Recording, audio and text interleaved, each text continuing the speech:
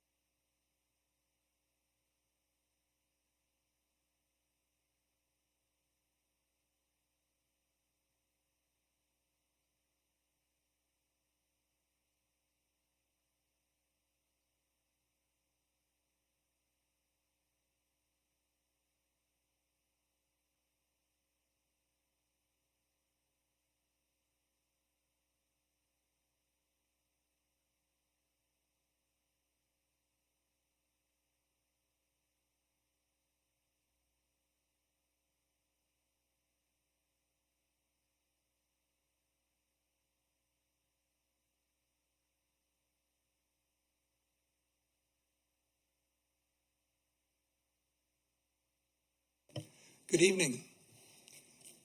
This is the Chair, Bob Jorgensen. I'd like to call the regular meeting of the Planning Commission to order. Deputy City Clerk Kevin Christian, would you please call the roll? Commissioner Dondekar. Here. Commissioner Hopkins. Here. Commissioner Khan. Here. Commissioner Shoresman. Here. Let the record show that Commissioner Wolkin is absent. Vice Chair Quincy. Here. Chair Jorgensen. Here. Would you join us in the Pledge of Allegiance? I pledge allegiance to the flag of the United States of America and to the republic for which it stands, one nation, under God, indivisible, with liberty and justice for all.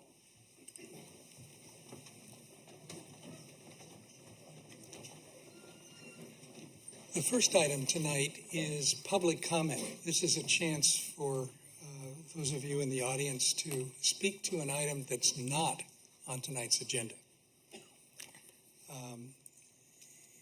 And so if you wish to do so, you should fill out a speaker form so that we can keep tabs on everything. Is there anyone who wishes to speak in public comment? I don't see anybody, and you haven't received any forms. So then we'll move on to the consent agenda. Matters that are on the consent agenda are expected to be non-controversial and will be acted upon at one time. Planning commissioners or members of the public may request to pull an item for discussion. The public may comment on any and all items on the consent agenda within the 3-minute time limit. The only item tonight is consideration of the minutes of July 14th. Do I see anybody who wishes to pull the item? I don't, so let's, do we have a motion to approve the minutes? I make a motion to approve the minutes as they stand. Commissioner Dondekar, And I'll second that motion. Commissioner Khan. Is there any discussion, any edits? Let's vote. Is this a roll call vote? I think it is. No? Okay, all in favor? Aye. Opposed? It carries unanimously. So now we're going to move to public hearings, and there's a kind of generic statement I want to read before we start.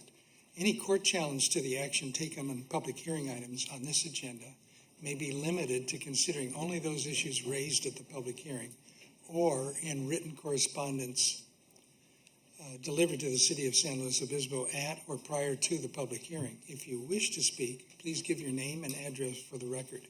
Please limit your comments to 3 minutes.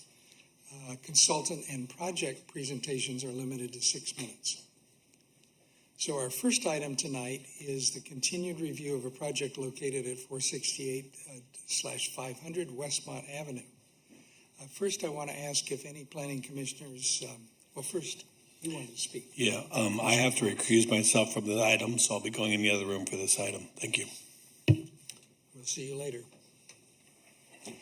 I'd like to ask each planning commissioner if you've had any ex parte disclosures of content, if you've had any ex parte conversations, and if so, would you disclose those now? I don't see any. So then we're ready for the staff report from, we're opening the item at 468/500 Westmont Avenue.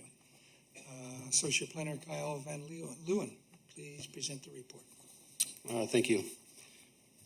Tonight we will be reviewing, this is a continued review from May 26, 2021 of a tentative trap map to create 23 residential lots on a 4.98 acre site within the low density residential zone. Project includes the extension of Stanford Drive, which will connect to an extension of Cuesta Drive, and an initial study, mitigated negative declaration is proposed for adoption with this project.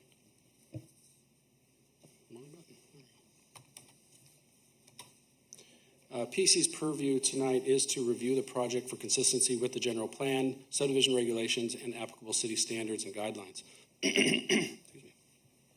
And to make a recommendation to the City Council. PC will not be making a final decision on this item. Staff does want to let PC know that this project is subject to the Department of Housing and Urban Development's Housing Accountability Act. We also want to make a note that we will be presenting this in a de novo type hearing. There was a delay in getting the noticing out for the last hearing, and therefore we want everybody to be able to participate in this hearing, as well as staff will provide the full overview of the information, not just the items directed at the last hearing. Staff's upfront recommendation is to adopt a resolution recommending to the City Council to approve the tentative track map and adopt associated initial study of mitigated negative declaration. The project site seen here is just east of Highway 1. There are 4 streets that dead end into the project site: Stanford Drive, Cuesta Drive, and the east and west portions of Westmont Avenue. The project site, as stated, is just under 5 acres, and there is a creek that runs about 400 feet in length on the western portion of the site.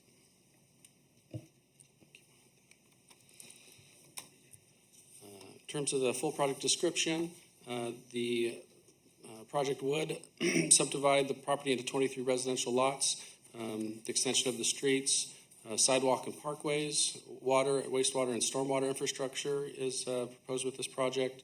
There's a potential for a bike and ped connection to the east, and the project does include the removal of 86 trees and the retention of 91 trees.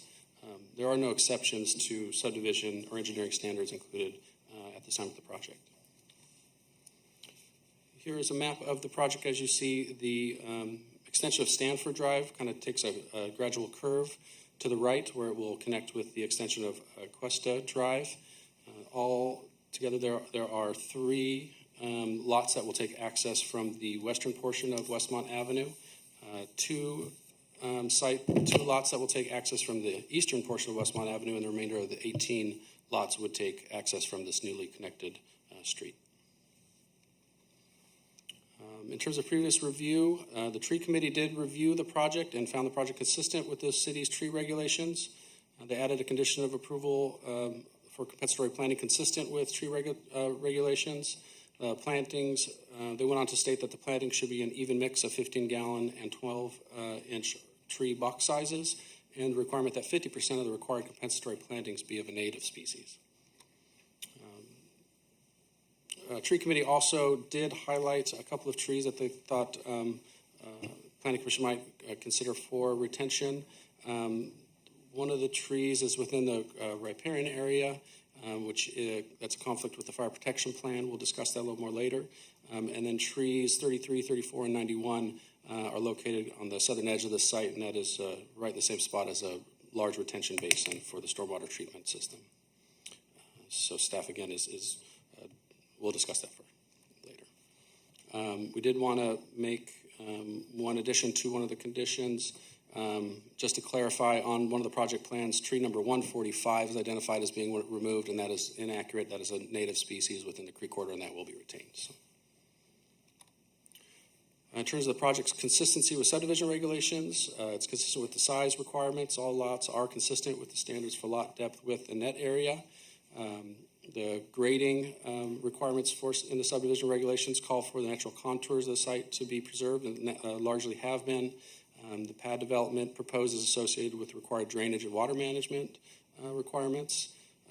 The new subdivision is integrated with the existing streets from the neighboring tracts. The street and sidewalk patterns are continued. The lot lines are in a logical lot pattern and perpendicular to the new street frontages mostly. And the creek is preserved in essentially a natural state with the design of this project. One area of note is that the corner lots are required to be a slightly larger, 50% greater for minimum area. There is additional condition. It's almost there, just the line needs to be moved a little bit. So between lots next to lot 19, so there's a condition just to make that fully compliant at the time of recordation. In terms of consistency with other policies, it is consistent with the city's major goal of housing and homelessness, which in part is to continue to facilitate the production of housing. This would be 23 new residential lots on a lot where only single-family houses are currently located. There are some other land use general plan consistency policies general plan policies that's consistent, including a policy for neighborhood traffic.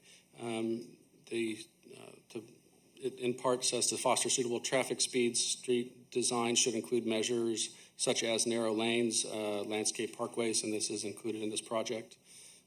And then another land use policy does call for connectivity to nearby community facilities, which these streets provide. What's important to this is it should not be done in a method that would increase cut-through traffic. And because this is connecting two streets in a loop, that no cut-through traffic would be created, at least not for vehicles. I do want to clarify something about the creek setback. The creek currently is not a creek that's recognized in our conservation open space element, and therefore is not subject to the standard creek protection setbacks or creek setback requirements in the zoning regulations. The project plans do identify a 20-foot setback from the riparian area. In early planning stages of this project, staff did let the applicant know that this would likely be a requirement either from a staff level or mitigation level, and that they should plan for that, and they did so. And then that just shows that the lots were specifically designed to incorporate that creek protection and still provide a usable building pad on those lots. In terms of the environmental review, the draft initial study was open for public review between April 29th and May 29th. The comments that were received during public comment period, including comments that we received at the May 26th PC hearing, were reviewed by staff. Additional site visits were also performed in connection to those comments, and pertinent information was added to the initial study to better clarify those evaluations that were kind of questions were raised from the public, and so we clarified some of those areas.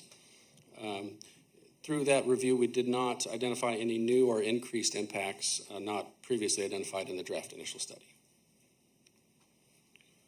In terms of specifically the biology section of the environmental review, we just want to highlight that the staff has been out to the site, including natural resources staff and the city biologist. Initially, the first visit was in January of 2020. The staff did review the subdivision submittal documents, including the initial biological resource assessment. Again, natural resources staff did review that as well. Staff, including natural resources staff, reviewed the initial study draft prior to release for the public comment.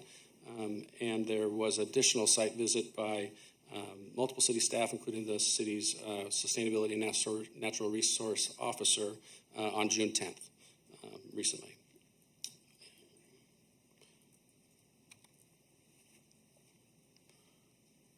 In terms of specifically the California red-legged frog has been brought up.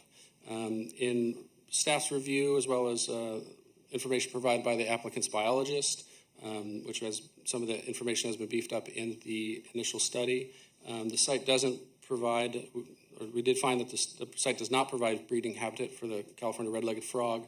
The creek on site is intermittent and does not contain water of sufficient depth for long enough periods for the California red-legged frog larvae to complete metamorphosis.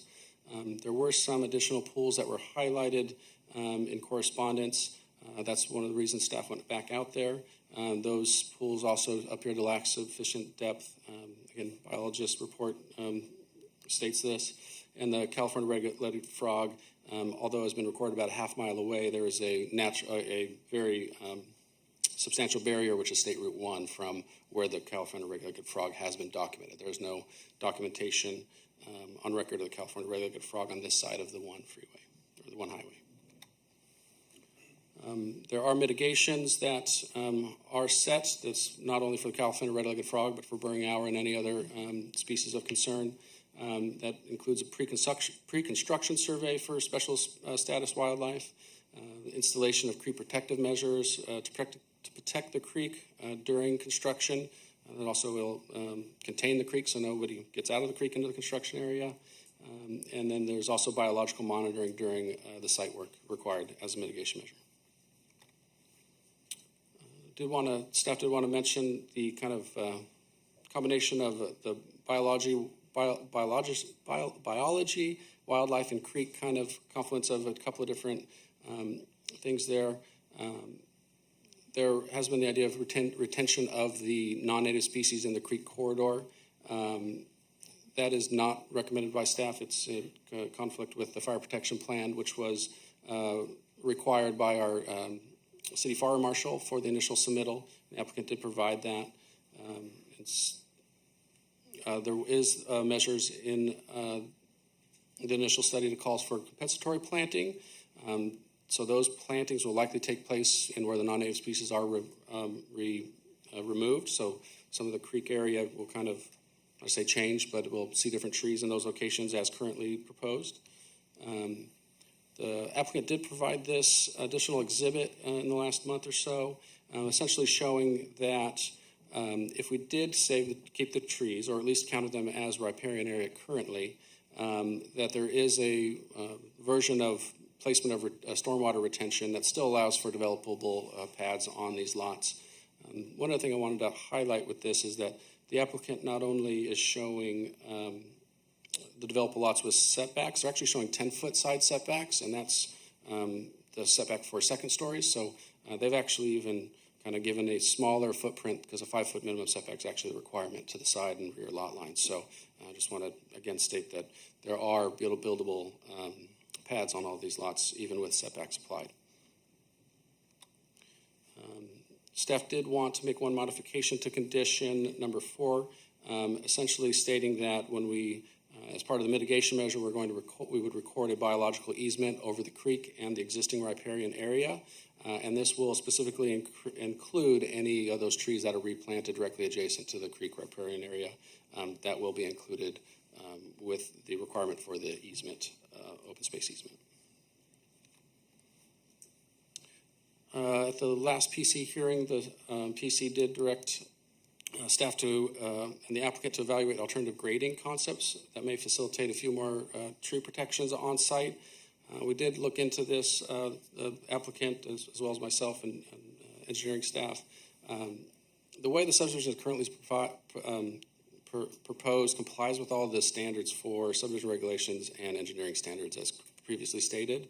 Modifying the plan to save trees in almost every case would then pull it out of compliance with some other standard, which is a little, I guess, not always so flexible. There are trees, specifically the ones that were called out by the tree committee, that those are in low-lying areas. In terms of where drainage retention needs to be, it kind of needs to be in the low-lying areas because that's where the water is going to flow. Otherwise, we're going to have to regrade the whole site so water flows away from those trees, and that staff did not see that as consistent with policies for subdivisions to work with the natural contours of the site. There was a direction to include additional traffic analysis. Our transportation manager cannot be here, but he did give me some good notes to provide.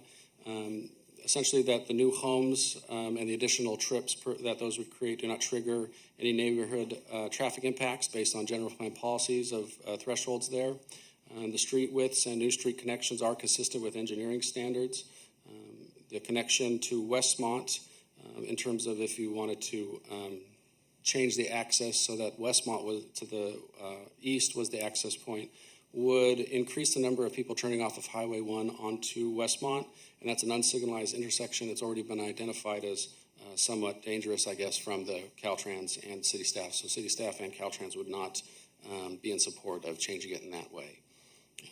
We also want to mention that fire safety will actually, aspects for fire safety will actually increase with the connection of the two dead-end streets, Cuesta and Stanford, allowing for a second means for evacuation as well as access for emergency vehicles. So just to recap, that the project is zoned for residential use, and the residential lots are what's proposed. Subdivision is consistent with the subdivision regulations and engineering standards. Again, no exceptions have been requested. The creek protection and the setbacks, which again don't currently apply to the creek, but will, given the conditions and mitigation measures, have been incorporated already into the subdivision design. And the environmental review has identified impacts, and appropriate mitigation measures are provided for any of those impacts. And so it is staff's, again, recommendation to adopt the resolution recommending to City Council to approve the tentative track map and adopt the associated initial study mitigate negative declaration. One additional note, because this project is subject to the Housing Accountability Act, there's a limit on number of hearings that we can have for such a project. And that is 5. So we've had a tree committee, 1 PC hearing. If the Planning Commission does continue this item tonight, that staff recommends that not be the case, because that would give Planning Commission only 1 chance to hear that. Or sorry, council will only have 1 opportunity to hear it. It would be good because they are the deciding body to leave them with an option to continue in case there are items that they want to look into further. So obviously your decision is yours, but we wanted to make sure that that was known by all commissioners. And that concludes staff's presentation. Are there questions of staff from the commissioners?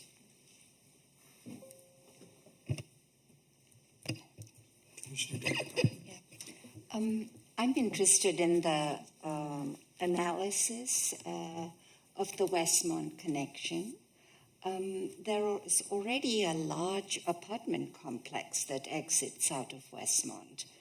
And we're talking about 23 lots, so we're not talking about huge numbers of people should the connection be made. These are called Westmont Avenue subdivision.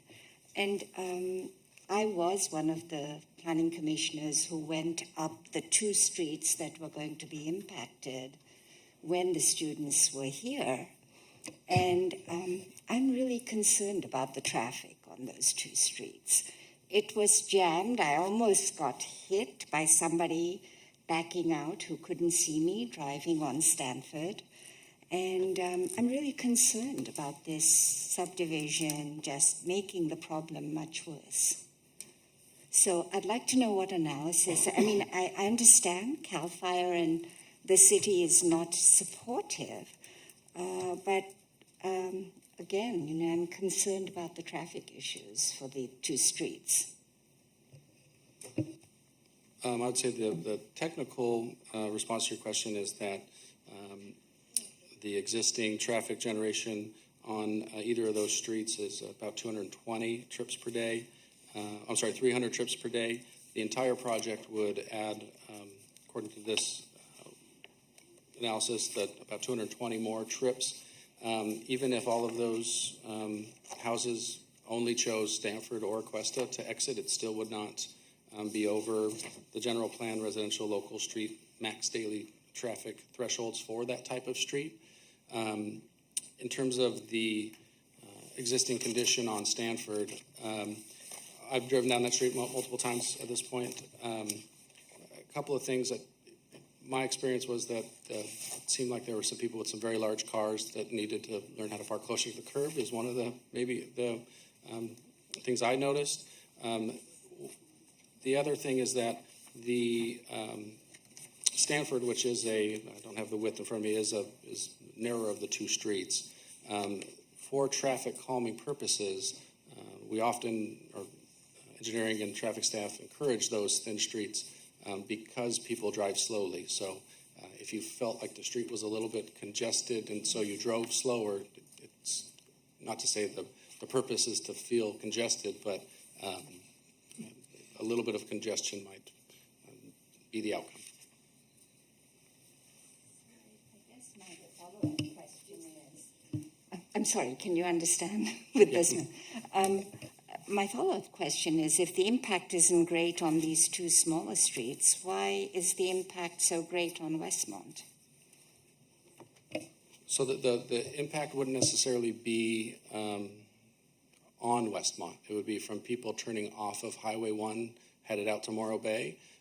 That is a unsignalized intersection, and there's no plan from Caltrans to be signalized.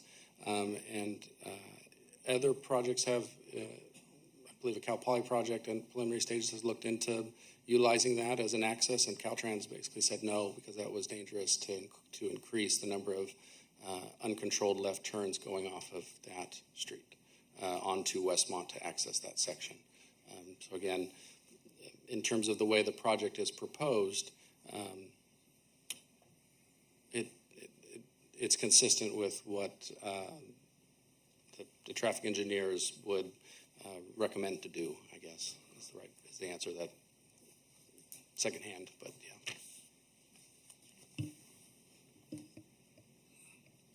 So if I can just join you for just 1 second, just to be sure I'm understanding. So if Caltrans wouldn't allow a left turn at Woodrow, at Woodmont,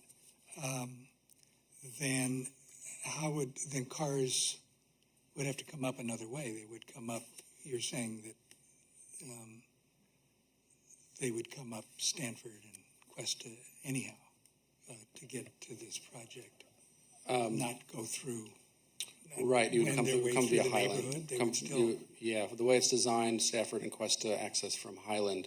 So if you're coming out the one highway from Foothill, you'd make a left at that signalized intersection at Highland and access Stafford and Cuesta much safer than accessing new homes via the Westmont, if that was an option that they were going down. Other questions? Commissioner Shoresman. Thank you. Just one question. There was a memo from Canon. It's around page 165-ish in the packet. And there's a recommendation at the end of that memo to include a condition to obtain the arborist evaluation of the feasibility of protecting tree 114 at the time of subdivision improvements and the building permit submittal.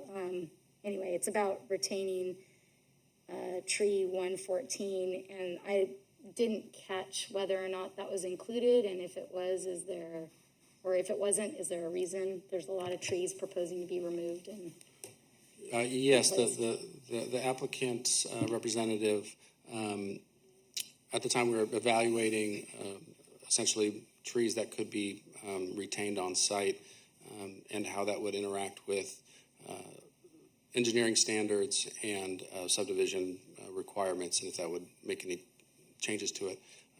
Those trees that are next to the corridor would not, and so that memo is in response to that conversation. That conversation did not include in really kind of cross-referencing that with the fire protection plan. Again, that is the memo from the applicant's representative saying that they have identified some trees to be that could potentially be retained. Although again, the fire protection plan, which we looked at kind of later down the road, was that's not a good idea.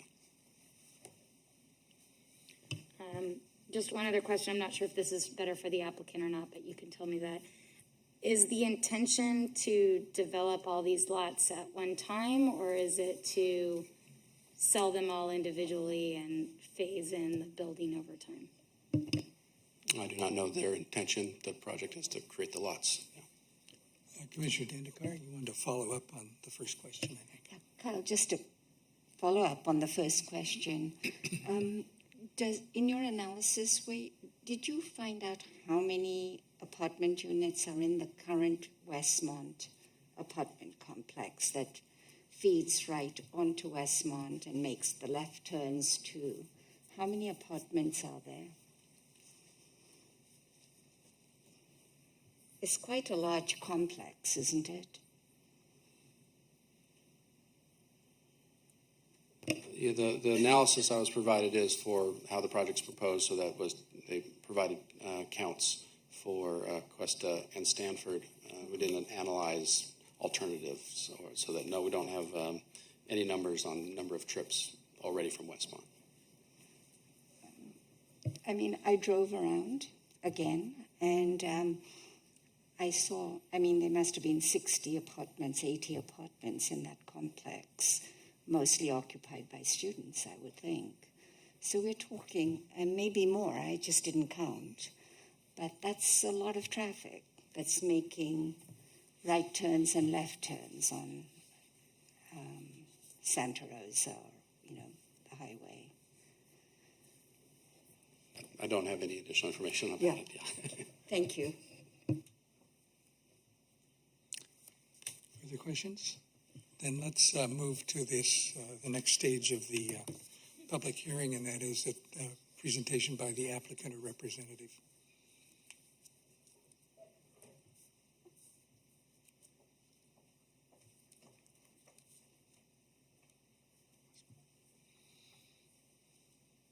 Hi, everyone. You can hear me fine, right? There you go. That's what we needed to know. So hi, commissioners, city staff, Kyle, and everyone here tonight. Thank you for attending. I'm Katie Rollins. I'm a civil engineer. I work at Canon, and I'm representing the applicant the mine holds this evening. It's kind of nice to be here in person instead of on Zoom, right? I think everyone saw me on the computer last time, so. So yeah, thank you, commissioners, for hearing this project for a second time, and city staff for working hard on reviewing our project, commenting on it, and guiding us through this project. And the public, we appreciate that you care about what happens in your neighborhood and your city. I think that says a lot. We've worked hard to bring you guys a project that meets all the subdivision and zoning regulations, and we've taken the last 2 months since our last hearing to listen and consider to the concerns of the public. I'd like to take some time to further discuss the grading concepts I considered to save the trees, which Kyle mentioned earlier, and then talk more generally about how this project fits into the neighborhood, because I think it's good to step back and look at it that way as well. And my goal is to make you guys feel comfortable about recommending this project for approval. The Planning Commission 2 months ago recommended that the team review the grading plan for opportunities to preserve trees on site and prepare a memo accordingly. That's the memo that you referred earlier to, that it's included in your packet. And we did identify 6 trees that were in side yard setbacks and proposed roadside parkways that would be possible for preservation. Unfortunately, none of these were feasible for preservation because of it would deviate from city codes, particularly maximum wall heights, maximum driveway slopes, and post-construction storm water requirements. Additionally, we reviewed preserving trees 148 to 162. These are the acacias that there's been a good bit of discussion about. And we're talking only from a grading perspective here, as Kyle discussed earlier. And none of these, and the acacias were feasible for preservation from a grading perspective by reducing the buildable area of Lot 1 and relocating the stormwater retention feature.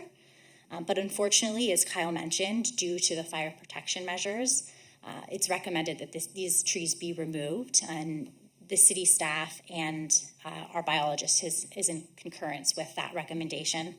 And this area won't go to waste. It will be used for tree planting and mitigation of native trees. Also tree number 91, this is an oak that the tree committee requested we review, and it lies over the proposed detention basin. Alternative grading concepts, currently we have an underground detention basin, would be an above ground basin, which would require a larger footprint and would not fit on the site. And it would include fencing, which would not only limit the usable area of the lot, but also it would still remove tree number 91. Trees number 33 and 34, we've heard more comment about these as well. These are the large eucalyptus on lot 23. And protecting trees in general, as I'm sure most of you know, requires that there's little or no disturbance within the drip line. And retaining trees 33 and 34 is infeasible because their drip line extends into the detention basin. And this detention basin is sized very specifically so that it holds the 100-year storm event and releases it at the right rate so that we don't increase the flows in Twin Ridge Creek. Additionally, these trees would render lot 23 unbuildable because their drip line extends over almost the entire buildable area of the lot. And finally, tree number 114, this is again a large eucalyptus that's adjacent to the creek corridor. And here we were able to revise the grading and move the stormwater feature so that we could minimize the impacts under the drip line. This is the arborist approval that we discussed earlier. And again, although this grading concept could be feasible with arborist approval, the city is recommending that we remove the tree in order to stay consistent with the fire protection plan. So stepping back from the detailed analysis, I just wanted to talk a little about how this project fits into the neighborhood. Kyle talked a little bit about the zoning and the neighboring properties. And I wanted to talk about when the Meinholds purchased the property in 1966. So in the late 1950s, Mr. Morgan Flagg was responsible for the subdivision and development of the College Highlands neighborhood. And this includes Stanford and Cuesta Drives. Now, Mr. James Flagg is Morgan's son, and he's here tonight. He's been helping the applicants through this process. And he likes to tell us that this lot was reserved for the Flaggs and subsequently the Meinholds, who bought it just a few years later, to live on. And the plan was always to develop this into 6,000 square foot lots once the family grew up. So it's my opinion, and I hope you guys see too, that this project really fits into the neighborhood. Currently, both Stanford and Cuesta are lengthy dead-end streets, and they have one point of access and no fire department turnarounds. Adding the loop increases the safety of the community because now there's two access points. So say there was a roadblock on Stanford, houses could be accessed from Cuesta.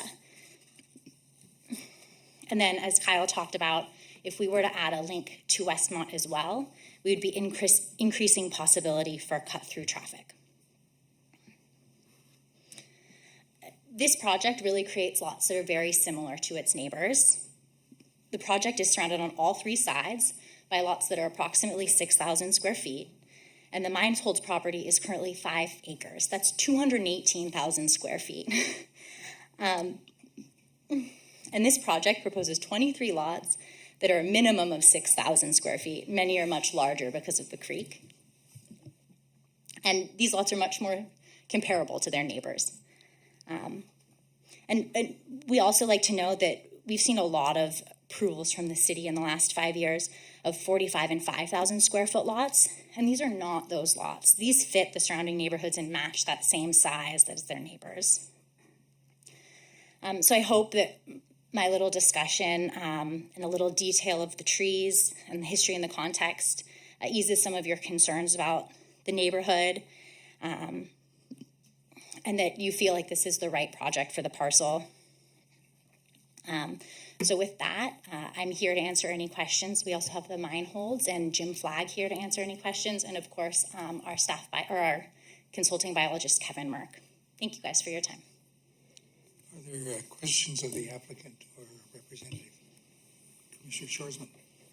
Yeah, I'll go back to my question that I attempted to ask staff, and I think it was probably better directed at you, and it kind of goes to the impact on the neighborhood of building out these lots whenever they're built. Is there an intention to build them all at once as one development, or is it intended to sell them individually and have them built individually? Yeah, so I might not actually have a better answer than Kyle did, but it hasn't been, we can't say at this time. It could be phased, or it could be one builder that builds it all. Okay. But we've planned it for either. And then my second question, sort of related to that, is by looking at the map, it looks like lots 1, 2, and 3 might not be accessed by Stanford Drive or Cuesta Drive. Is that true? Yeah, I think that's a good thing to talk about a little. So there's 4 points of access for this project. There's lots 1, 2, and 3, which are accessed from Westmont on the left, and they have this little fire department turnaround to get over to lot 1. And then from the east, there's Westmont that accesses 2 lots with kind of regular driveways. And then Stanford and Cuesta connect to the remainder, and they have access to either or. So they could choose to go down Cuesta or Stanford. So there's 5 lots in total that aren't accessed by either Stanford or Cuesta? You got it. Am I understanding that correct? Yep. Thank you. Further questions? I'd like to. Chairman Jorgensen, could I Yeah, please. make a couple of comments? Just wanted to add a little bit of information. Bring a little bit of context from the last hearing, the last discussion. I think there was some discussion from Commissioner Wilkin at the time, a question about whether or not a planned development had been considered or some way to cluster the development in this area. And also, as you know, with housing being a major city goal and the city working to achieve a variety of different housing objectives, you know, we looked at the property for the potential to, you know, accommodate more units. And in full consideration of that, you know, this is the plan that was arrived on by the property owner, by the applicants, from the standpoint of what can be submitted, how they would choose to develop their property.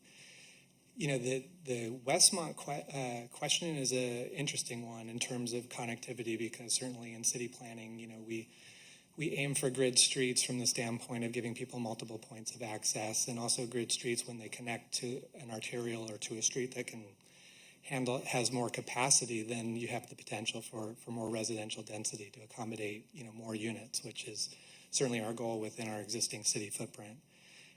In this case, you know, we learned through the process that Caltrans wouldn't accept that, and so the further connection to Westmont was not, you know, an option available. Further, there is, I think it's specified in the staff report, the land use element policy that guides us away from making connections when we have infill development. Making these types of connections, like Westmont to Highway 1, would actually contribute a lot more cross-through traffic into the neighborhood, and I think that is a concern in terms of people coming off Highway 1 and moving through this area as a way to get to their homes more quickly. So those were a couple of considerations. The other point I wanted to make in terms of how projects like this progress is that upon approval of a subdivision map by the City Council, the applicant has responsibilities in terms of making the public improvements that are necessary before a final map can be recorded and lots can be sold. So whether or not the property is developed incrementally in phases or all at once, before any of the individual lots within the project can be conveyed, can be sold, the public improvements need to be installed or at least, you know, plans approved and bonded for. But that ensures that even if the lots develop individually, that all of the facilities are there to support the full project from day one. So while we don't know, you know, I imagine that the property owner will be looking to see if there is a builder that wants to come and take them all. Maybe what is most advantageous to the property owner in terms of how it builds out is individual lots developing. Maybe there's a few different builders that are interested in a few different, you know, lots. We don't have control over that. if they were all to develop individually, you might have quite more of a eclectic design. It might be kind of, nice in that way that you'd have individual home designs. If it's a single home builder, sometimes then it becomes more of a theme because you save on materials and there's, efficiencies associated with building them all at once. We don't know right now. But our code does accommodate the ability to process a subdivision like this, where all of the lots do comply with our standards, and we make sure through the process that all of the public improvements and facilities needed to serve the development are in place before any of that development actually occurs.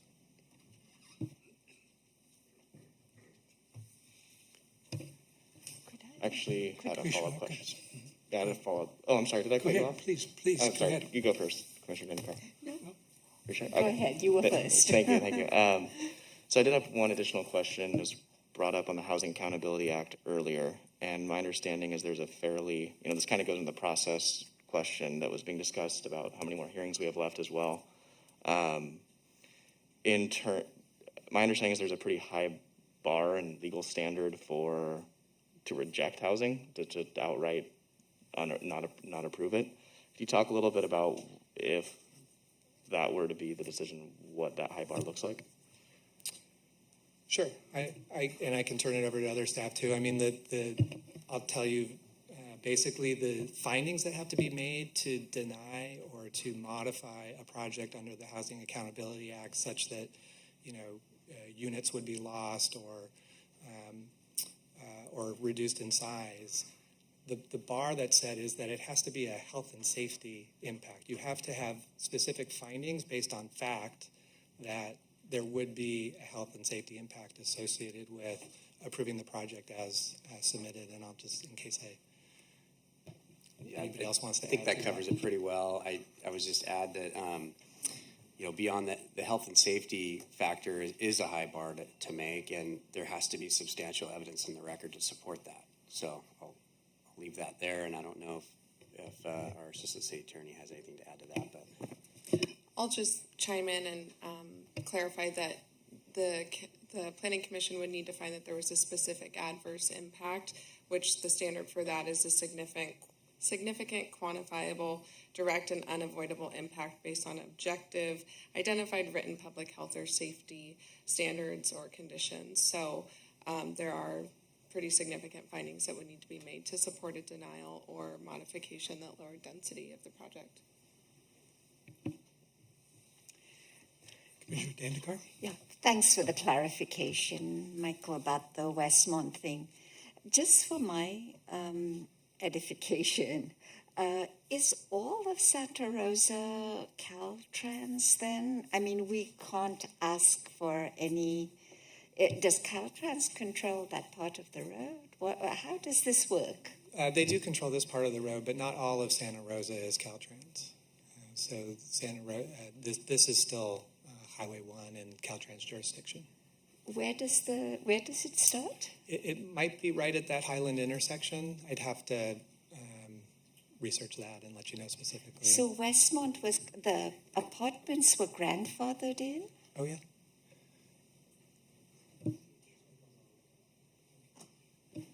So I'm hearing from Kevin that the Caltrans jurisdiction does go all the way to the 1011 intersection, and I guess I recall that because a couple of other projects have run into this in the Santa Rosa Park area, actually. I see. So, and so the Westmont apartments were just sort of grandfathered in, or the traffic conditions were just not as bad when those apartments were constructed. Is that it? Right, that's correct. The latter? The latter, yeah. The conditions at the time didn't, and the review process at the time probably wasn't exactly the same as it is today. Thank you. I guess it's a small question, but one of the conditions, I think I'm going to start with Kyle because I'm not sure who could answer this, or maybe the applicant. But condition 13 in the resolution that's in front of us says that the final map shall include a public path easement connection from Westmont, the east part of Westmont, the east part, not the west part. I think I misread it. Attainable to the satisfaction of the community development director. So is that simply for the driveway access for the two lots? Or No, as seen actually on this screen here, there's probably another one that's even better. This area right above lot 16 there, is it 16? That would be a pedestrian and bike easement where a connection for pedestrians and bikes would potentially go. I see, separate from the driveway access. Correct. And yeah, I take it it's infeasible to consider having an easement for a pathway to the west side of, to the western connection to. Yeah, in terms Somehow, of anything obviously bridging the impacting the creek. creek, we did not encourage the applicant to explore that. Okay, well, I think the applicant sat down when Director Cadron answered the question. Are there any other questions of the applicant or representatives, fire marshal, anybody else? I think then I'll bring it back to the other public. I think we're ready for public comments.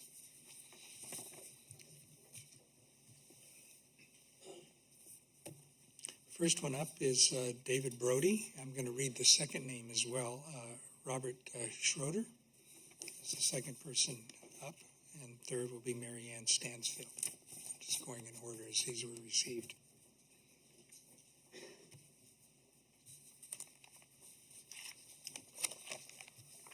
Each commenter has 3 minutes, and I think you'll be timed.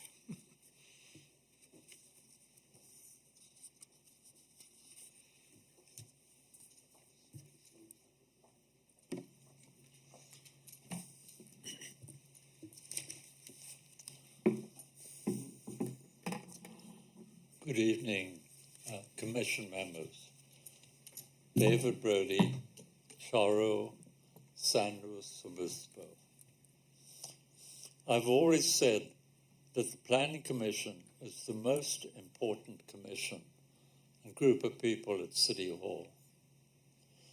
So now, with the reference to the Westmont project, I have many comments about details of the proposal.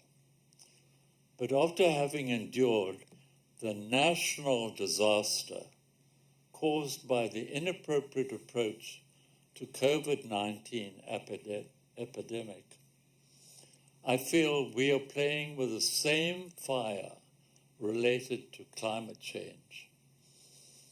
It is criminal to push the climate questions down the road and continue with business as usual in City Hall. It is essential that we must fully explore all the aspects of two categories that we can easily tackle immediately, and that is trees as our oxygen supplier and water as a necessity for all body functions plus nature. Every individual living or owning property in SLO must be encouraged to unite and contribute to various ways of circumventing potential disasters, including extreme weather events which could lead to wildfires and floods. Without resolving problems that include local residents, other efforts will be fruitless. And incidentally, dark building forms and blacktop ground surfaces are continually surfacing and slow. We are ignoring what century we're in. The projects are being approved and built and developed as if we were 50 years ago. Please, Planning Commission, as I said, you are the ones.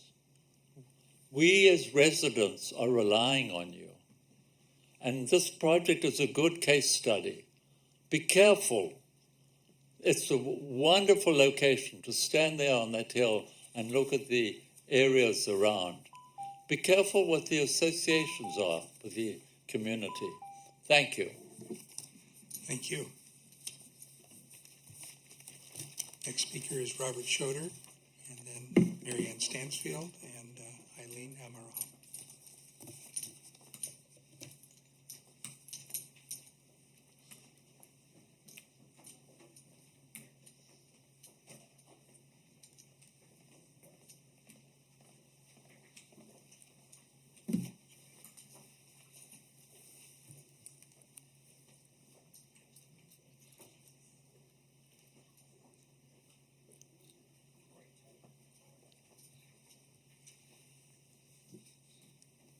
Please. Good evening, Planning Commissioners. My name is Robert Schroeder, and I'm a resident on Jeffrey Drive. And I really thank you for this opportunity to speak. I want to state that I'm not opposed to development of this property. That's not something that I feel we should oppose, but I do believe that this project significantly undervalues some of the substantial natural features that are present on this property. And I don't believe the project has gone far enough to protect these resources. In particular, I believe that the initial study failed to adequately address the threatened endangered or the threatened species that occurs on this property, the red-legged frog. The property does acknowledge, the project biologist, I should say, acknowledges that the species is nearby and that it's a stream and it is on designated land for the protection of the red-legged frog. And, based on discussions that I've had this week and based on some findings that I presented to you, it basically is pretty clear that there should be some additional study to look into potential impacts of this project. The California red-legged frog is a species that basically, if there is suitable habitat for the species, it should be protected because of the nature of its life history.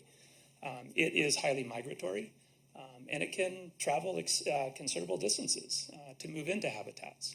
And so even though there may not be any species today in an extreme drought year, it's still important to set aside land for the conservation of this species.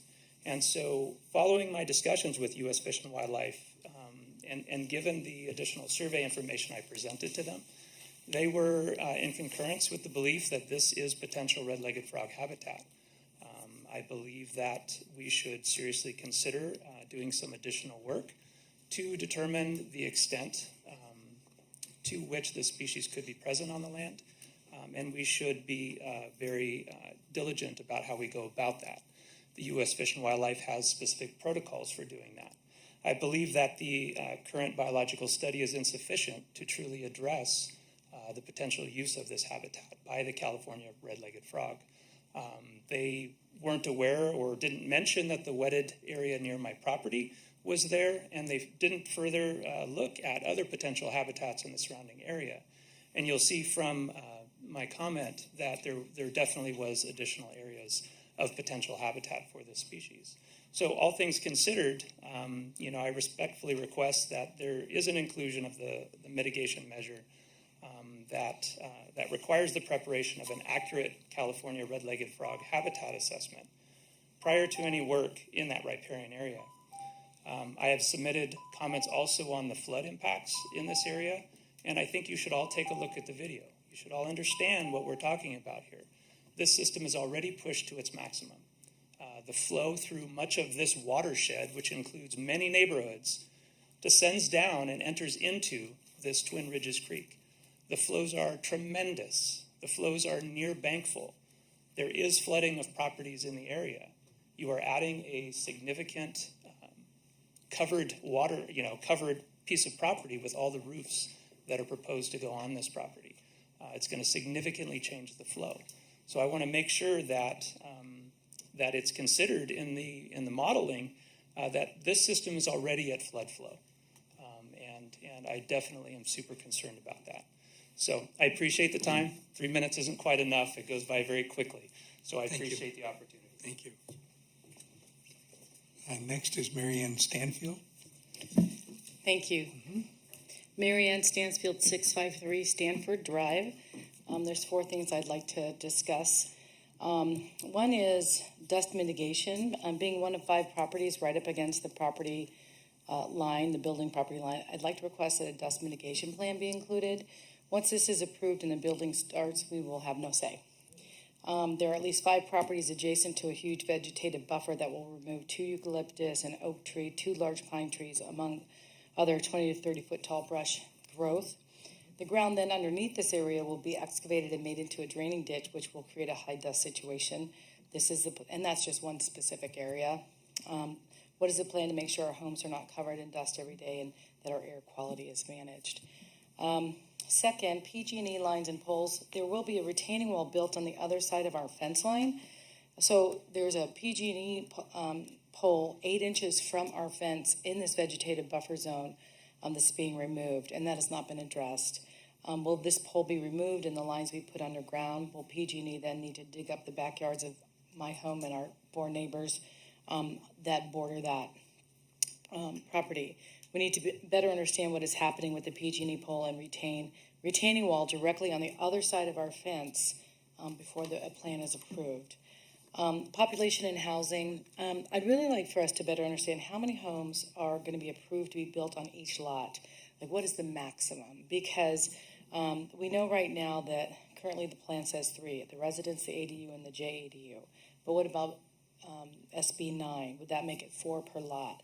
And if so, how many cars per lot do we have now? 8, 9, 10, 15 times 23 lots. It's a lot of cars.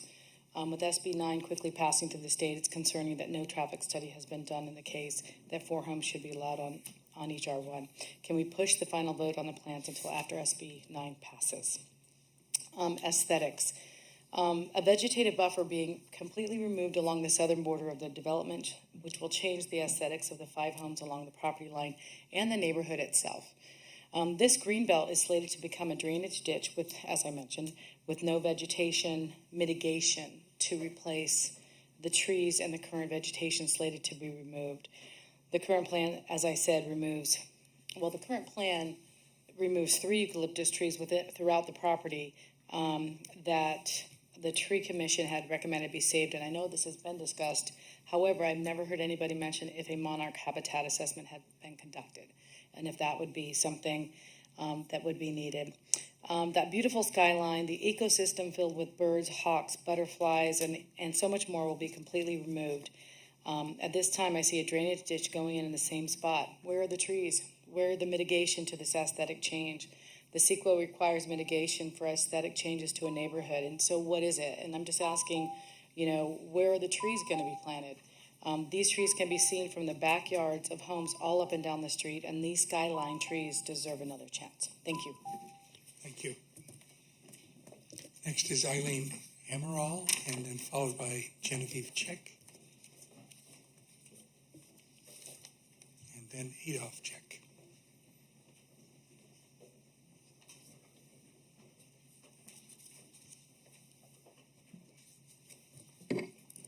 Good evening. My name is Eileen Amaral. I'm a homeowner on Stanford Drive. My understanding is what could change the outcome of this project. One of them is safety. I'm here to talk about the safety of Stanford Drive. It's been noted, and any of us that live on that street know that it's narrow and can be at times a bit dangerous. We're hearing from Kyle, I believe, that this project is going to improve and make our traffic better. I'd like to argue that. And I believe our street is 37 feet, and I think we have a viable option in the Westmont Drive. We keep talking about Westmont as a one project. I see it as 2. We have East Westmont that goes out to Highway 1. That has been determined to be a dangerous access. I think we leave that alone. We've got the apartments there that need to use that road. But West Westmont with a bridge, and I think Commissioner Dandekar had mentioned this, that access is a much wider street if we use Jeffrey and Westmont. Jeffrey is much wider, much safer, and has far fewer homes on it, and doesn't have as much impact as we do with all the student housing that's on our street. We are trending on Stanford Drive. As the homes become available, they are being purchased and turned into student housing. Minimally, there are sometimes 5 cars. This new project with these 23 lots, granted they are single-family homes, the formula you are using says that's 2 cars. We know that if there are 5 students minimally living in those homes, with the possibility of an ADU and a JADU, there could be upwards of 7 and 8 cars per lot. That greatly differs from the formula you are currently using for neighborhood residences around San Luis Obispo. Stanford Drive and Cuesta Drive are different. We are very close to the university. We have a preponderance of student housing. And I project, and I hope the Planning Commission, as your job to plan for the future, is to see that this project could very viably be filled with students. Nothing wrong with that. Let's just plan for it, and let's plan for the safety. And I feel that Westmont and Jeffrey Drive are a better option. Thank you. Thank you. Genevieve Czech, is that how you pronounce your last name? Yes. It's like the Czech Republic. I've prepared some comments, but before I deliver my comments, I need to make 3 corrections to statements made tonight. Number 1, there is a turnaround on Stanford Drive. There is a loop. Dr. Marlier wrote about it in his correspondence to you. Number 2, you were told we only have 5 meetings and that this should influence your judgment as to whether to continue. Well, this is a de novo meeting, so in fact, we've only had 3. We still should have 2 meetings. In fact, the notification is still not up to par. I called my colleagues on Skyline. They were notified in the first instance, but not subsequently. I called Dr. Palazzo at Cal Poly. He was not notified. He is a neighbor of the project. Cal Poly owns a doggy leg that enters the Meinholt Ranch. I have still not had a postcard for this meeting. I had an email notification, but no official postcard. So I think this should be corrected. This is a de novo meeting. It was minuted and announced as such. So we have 2 more meetings, not 1. My third correction is about the whole problem that Mrs. Dandekar has been inquiring about, which is Cal Poly deeded a state deeding another state organization, Caltrans, their access to Cal Fire on a caveat that Cal Fire would respect and honor their access and egress. If they don't honor it, Cal Poly would be prepared, possibly, to sue them. They also look at the possibility of having their own egress further north up Highway 1. So I think that's a correction that needs to be made. It's called Stanford Road. Cal Fire would in fact be dishonoring a caveat that is in a document. Now, can I continue? Can I have my 3 minutes, please? Those are part of your 3 minutes. They shouldn't be if they're corrections. Well, why don't you go as fast Okay. as you can? I'll finish by saying we talked about change. And Mr. Flagg, I have some maps here that when this original tract was designed, Westmont was going through the project and there were 21 units. I'm leaving the maps with Mr. Van Leeuwen for the members of the commission so that you will see the original plan, which had Westmont going right through. Times have changed. Highway 1 has changed. The whole ecosystem on the Meinholt Ranch has changed. 63 years have passed. Thank you. Thank you. Oh, one last thing. I deserve this. This is a redwood tree. We're going to cut down 3 of them on this parcel in order to have slightly bigger lots and wider sidewalks. Thank you. And now Adolf, followed by Becky Kiyu and Laurie Fenwick.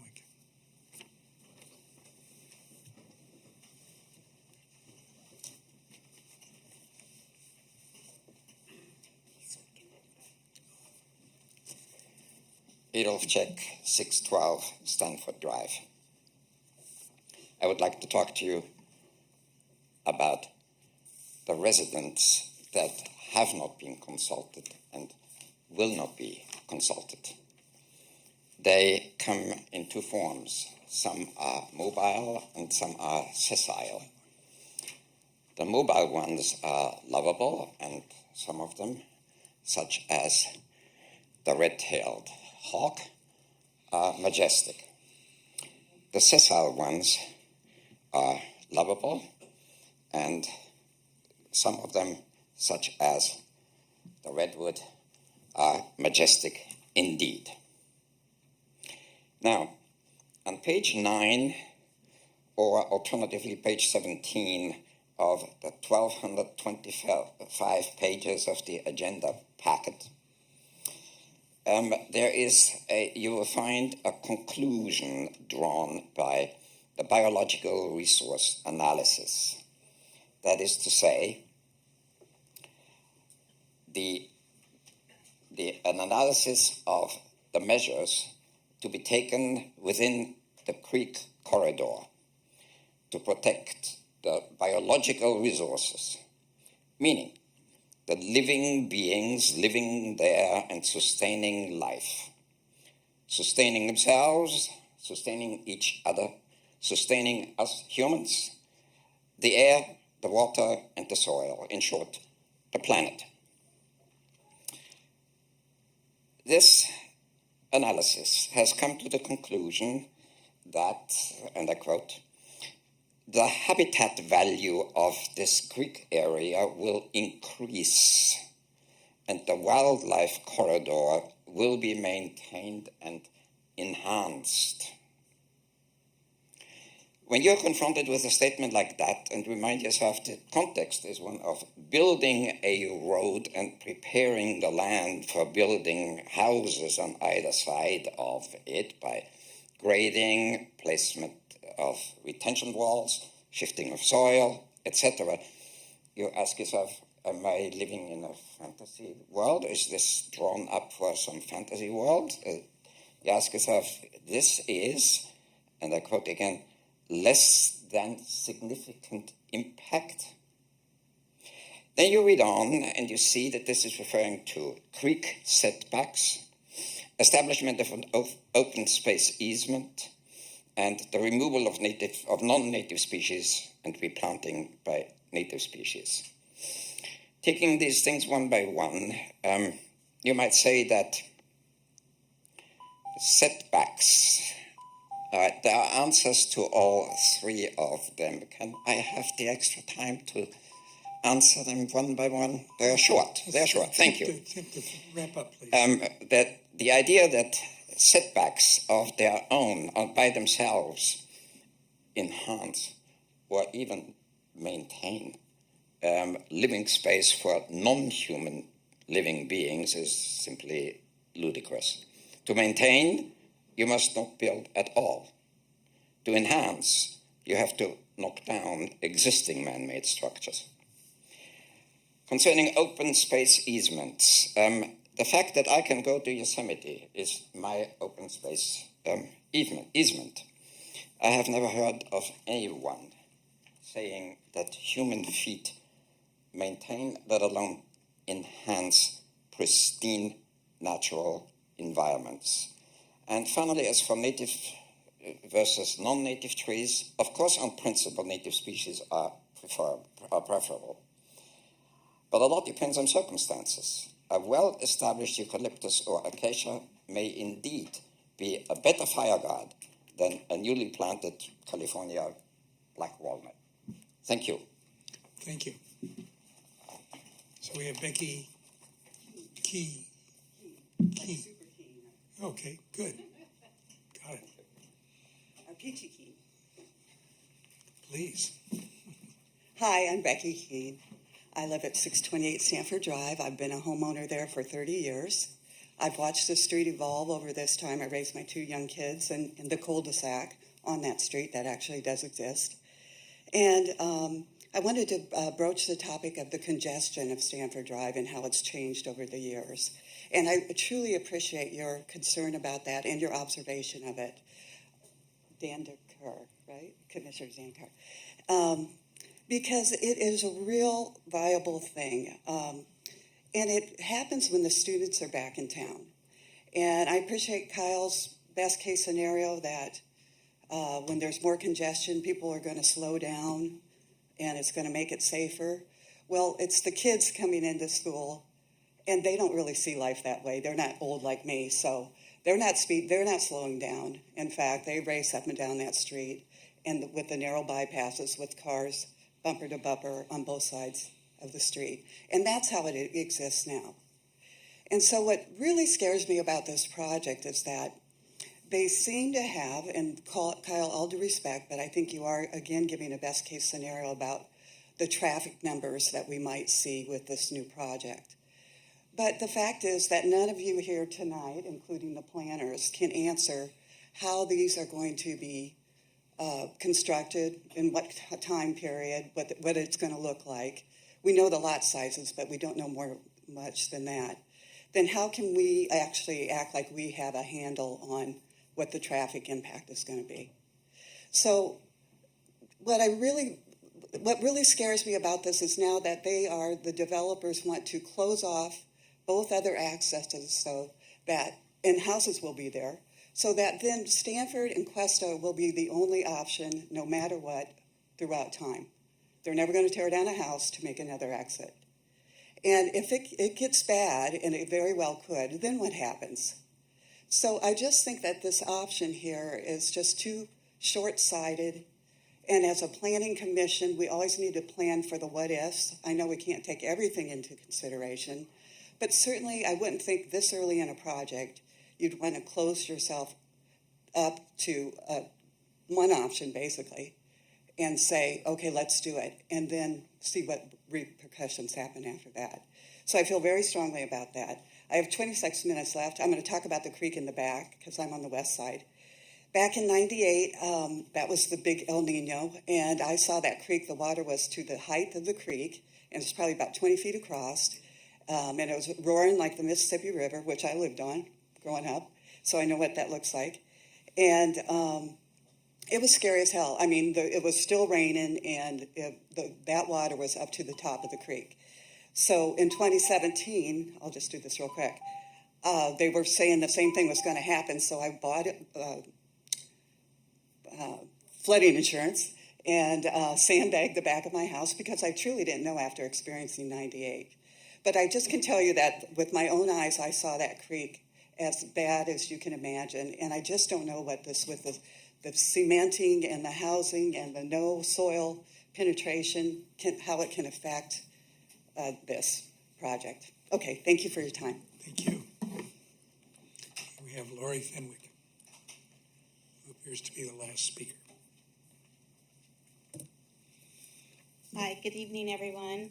My name is Laurie Fenwick, and I reside at 598 Cuesta Drive. And pardon me, I'm really, really nervous, but I feel that this is an important enough issue to be brave for, so thank you for your understanding. My father was a professor at Cal Poly beginning in 1958. He and my mother and our family moved over to Cuesta Drive in 1966, and I did go to school with the mine holes. And I just want everyone to understand that the attitude here, and I think with the city council, seems to be a bit Pollyanna-ish about what is going on in our neighborhoods now. When I was growing up, and I'm going to have to go off the cuff a little bit, this was 55 years ago, by the way, when I moved over to this street. It was a family neighborhood. It was older couples.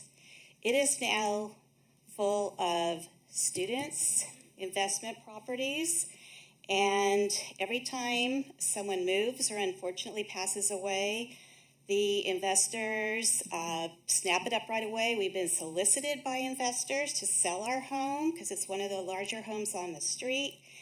And I want to point out, too, that Dartmouth goes into Cuesta, so we get all of those students from Cooper, which I believe is a lot closer. I think us and Stanford are about 50% students. But we also, on Cuesta, get all that traffic coming down from Cooper and Dartmouth and Westmont a little bit, unless they get on the freeway.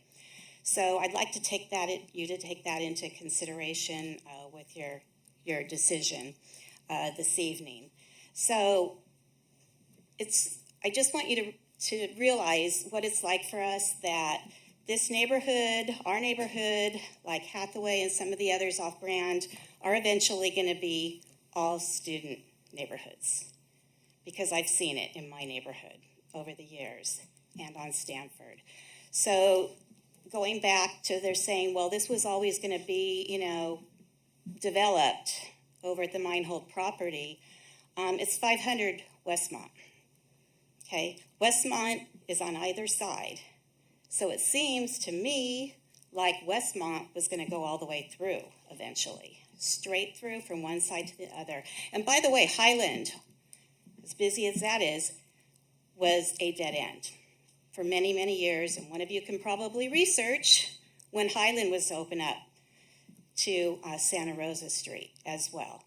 So maybe eventually they could make Westmont a street that had lights and access over there at Caltrans, because I feel like, especially now in fire season, that Caltrans and us maybe need access over there. So thank you for your time and your consideration. And again, I didn't get any notice either, and I didn't see any signs at all posted, and we walk quite a bit in our neighborhood. So we would appreciate at least one additional meeting on this serious matter. Thank you. Thank you. Does staff, I think that's the last public commenter. Does staff wish to comment on any of the items or corrections that were raised?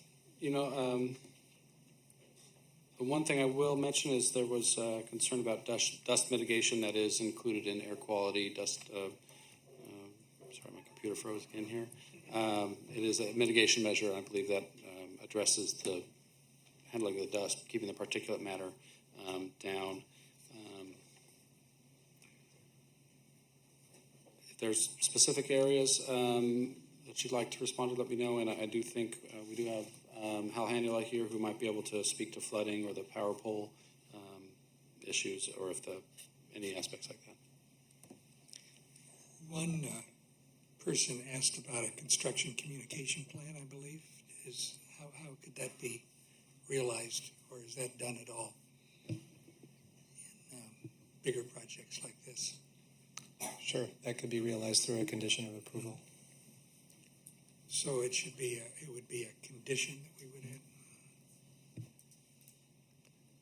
Another question that had come up was whether this was since this was a de novo hearing, I guess this is a question for Marky, does that change the count of allowed meetings?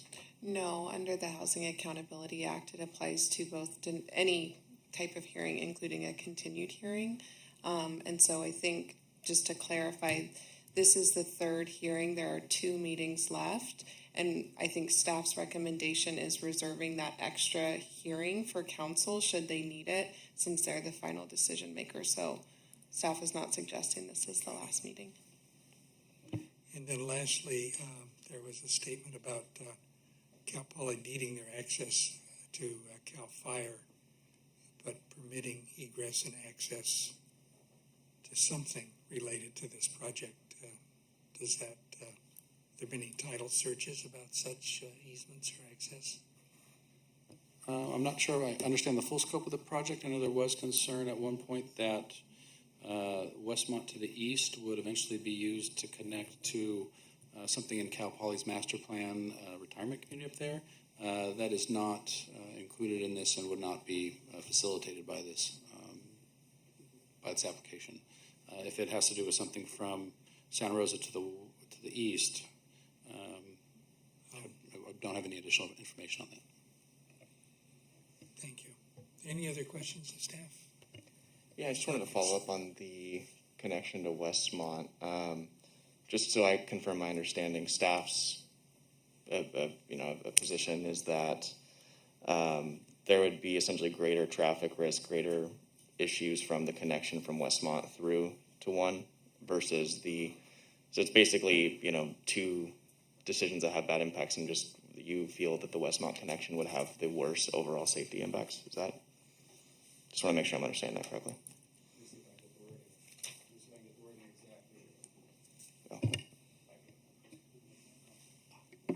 That'll help.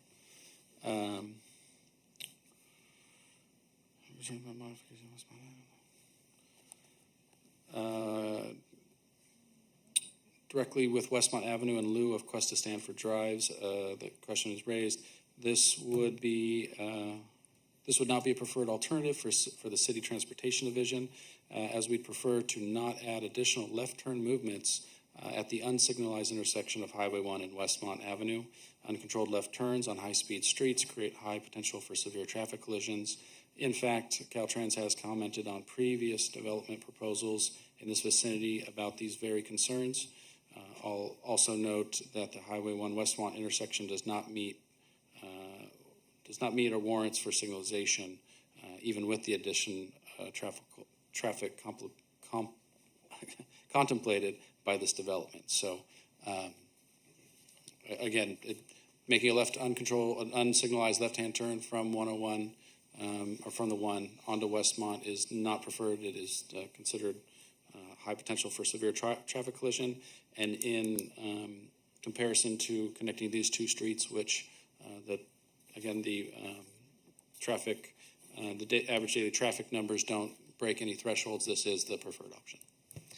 There's a couple more reasons too. I mean, it's not consistent with city land use element policy that's outlined in your staff report to increase traffic in existing neighborhoods, and Westmont would do that. It would also require additional construction in the creek area that we're hoping to preserve through the easement that the city's conditioning and mitigating the project to include as well. Actually, there was one additional thing. There's a change in grade from Westmont East to the site. That's kind of where there's a larger change in grade, and questionable that would even meet street slope standards.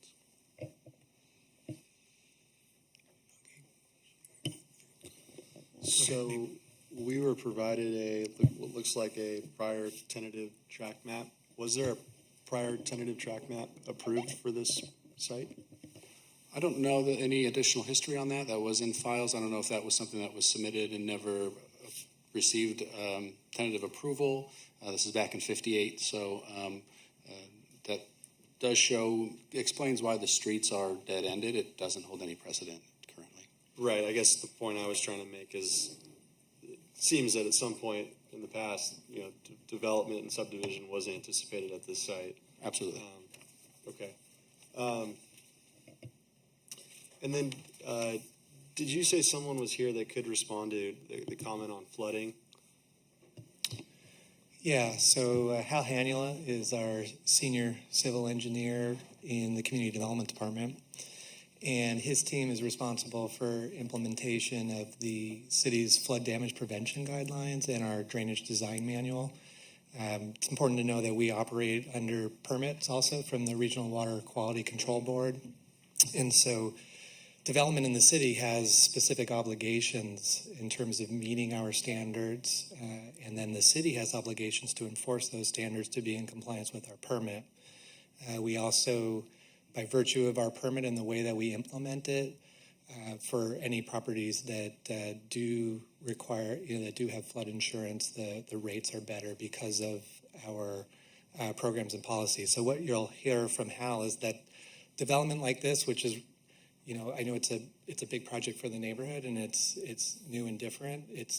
This isn't a large development in context of all the development that happens in the city, there's no development that happens in the city that increases floodwaters and rate and volume of displacing floodwaters. We have standards to prevent that, and Hal will speak to that. I just want to specify real quick that in terms of if there's flood problems currently, Hal would be a good person to add, as well as that flagpole or the pole question, but some of the other engineering questions might be better answered by the applicant or representative. Yeah, hi, Chair, Commissioners.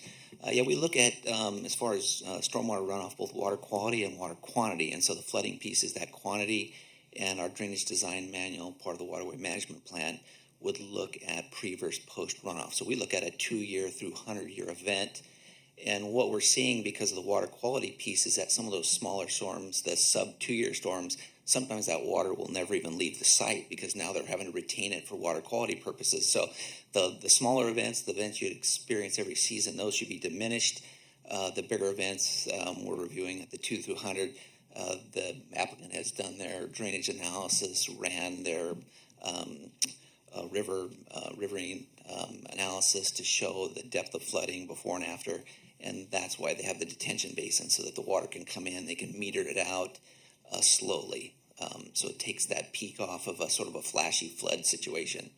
And so we've looked at their analysis. We have some conditions that support that analysis, and going forward, hey, we got to look at the run-on coming from neighboring properties, and we'll get into the details of that every piece of street and how much drainage is coming off the neighboring streets and off the CAL FIRE property. But it looks like the preliminary report did a pretty good job of analyzing that. And I'll just highlight that the process that Hal's talking about is that process of making all the improvements that are necessary to actually record the subdivision and sell the lot. So we will do a detailed plan check of the hydraulics, hydrology, the plan, the civil plans that are submitted. We will do a detailed plan check of that, and then when those improvements are installed, we inspect every component of it as well. I see. Further questions on that? About flooding? Commissioner Quincy? Nope, that's all I have. Thank you. I guess the other thing is that this project is not within the FEMA flood zone, so it's way upstream. So the flood zone starts like south of Highland Drive. So it's not even in a FEMA flood zone, but our own regulations say we're going to analyze this as if it was. Thank you. So I'll bring it back to the commission. This is going toward the latter stages of the public hearing. Questions, concerns, comments right now? Commissioner Quincy. I'll start it off. I guess I want to start by saying, I'm really appreciative that staff brought this back like it did, and fixed the noticing issue. That was a big problem at the last hearing, at least it appeared it was, and addressed the environmental issues that came up at the last hearing. I was really impressed with the analysis, and I'm appreciative of it. In terms of how I intend to vote today, the way I view the project is it appears that we're somewhat legally hamstrung here, that we need to approve it because regardless of how we feel, because of the Housing Accountability Act. From what I'm hearing from our city staff, the city attorney, unless there's a public safety issue that's been raised with significant evidence, we need to approve it. And it sounds like the one public safety issue would be traffic. The city prepared, or I saw a traffic analysis, and I haven't heard anything but really anecdotal evidence to rebut it. So with that being said, I intend to vote to approve the project. Thank you. Who else would like to? Commissioner Dandekar?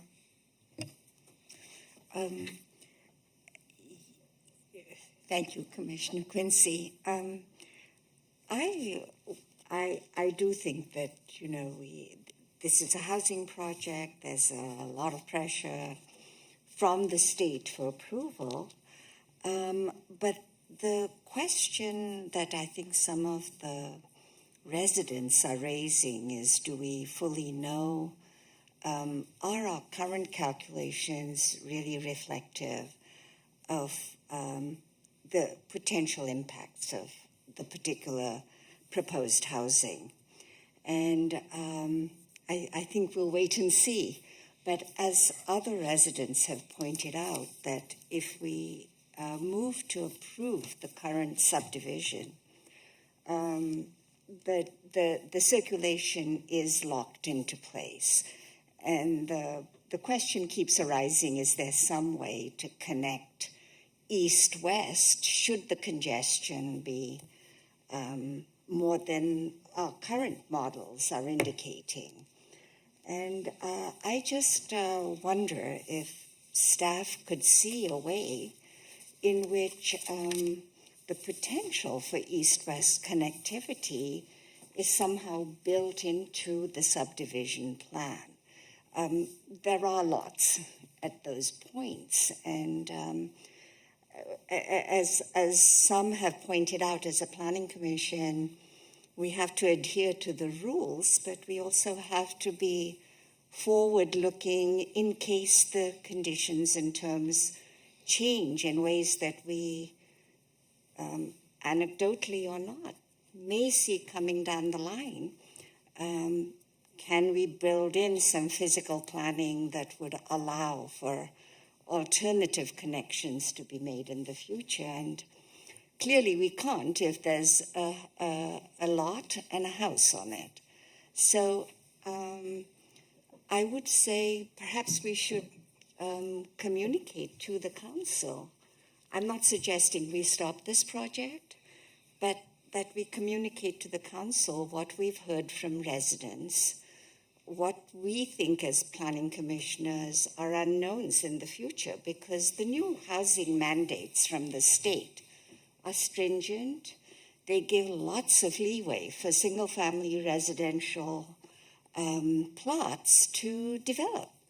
And I'm seeing all around in my neighborhood, people are operationalizing that. Single-family lots have been converted, new ADUs are large, traffic is increasing in a fairly settled neighborhood, which I occupy. So we don't know yet what the consequences of these new mandates by the state, which allow landowners to densify, what that's going to mean for our circulation. So I would suggest to my fellow commissioners that we build in language into our recommendation that would say perhaps the subdivision needs to be tweaked so that there are alternatives in circulation possible if it feels like the circulation that is the Questa Stanford circulation becomes highly impacted. It could mean that a couple of lots are lost. So, instead of 23, you have 21. But it does leave flexibility to the city in the future to acquire these properties and expand the grid. I wonder if staff have any reaction to this. I mean, perhaps that's just, is that okay to ask staff? Sure, why not? Director Godrin, do you want to? Just two quick points that I'll make. One is that congestion is not something that the city or the state actually evaluate under the California Environmental Quality Act anymore. So traffic and congestion is not, there's no threshold there that creates impacts. What we look at are vehicle miles traveled. And new housing in the city, where it's proximate to areas of employment, is the best place for new housing under the California Environmental Quality Act. So we certainly look at safety and road design and site distances and all those kinds of things in the evaluation of projects such as this. And in this case, no impacts have been identified as far as safety. The number of trips that are proposed for these local streets are fully within the circulation element guidelines for the number of trips for a locally designated street like this. So I understand the concept that you're suggesting in terms of preserving the ability to have more of a street network that has grids and more opportunities for, to facilitate access. But we recommend against that because we have a policy in the land use element that speaks to avoiding, with infill development, avoiding new opportunities for cut-through traffic. And in this case, you'd have all these southbound Highway 1 trips that could then get access to the entire neighborhood at Westmont and avoid, the intersection at Highland.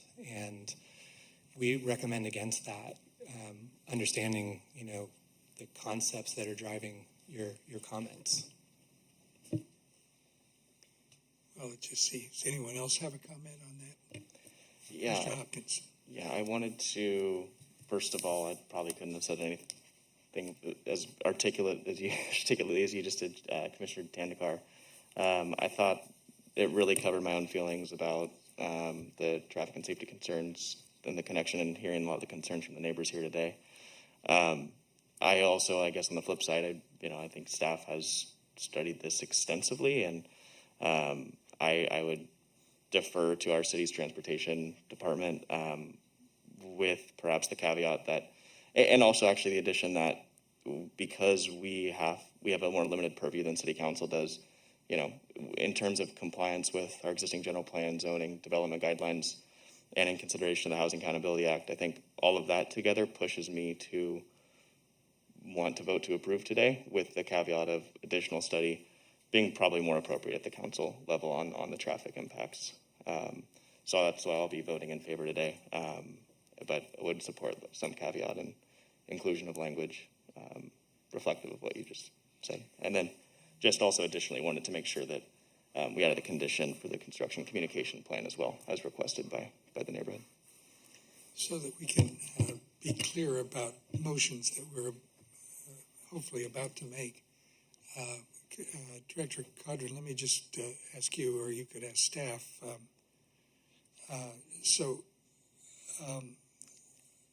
A request that the City Council take a little bigger view of this along the lines that Commissioner Dandekar has suggested would be a separate motion, I take it, after the other motion? Sure, that would probably be most appropriate if there was a majority of the Planning Commission that could agree on a separate motion. But it's separate from the motion from the around recommendation subdivision and the initial study. Yeah, I mean, it's a little strange because the recommendation in front of you, is to approve the project with those conditions, and so I'm not quite sure how the City Council would receive a motion to consider something completely different. Again, we don't recommend that alternative, and so we would certainly share that information with the City Council, and we would provide our analysis of that input that the Planning Commission is making. So if they're not likely to wish to receive it, then it would have to become a new condition within the existing set of recommendations, I take it. If Right. there was consensus in the commission. Right. Yeah. Do other commissioners wish to speak on this? I'm not sure we have enough support for it. I'm missing Commissioner Wolkin because he's good with conditions and I'm not. But would it be appropriate to add a condition that says the commission would ask City Council to revisit the circulation aspect of this and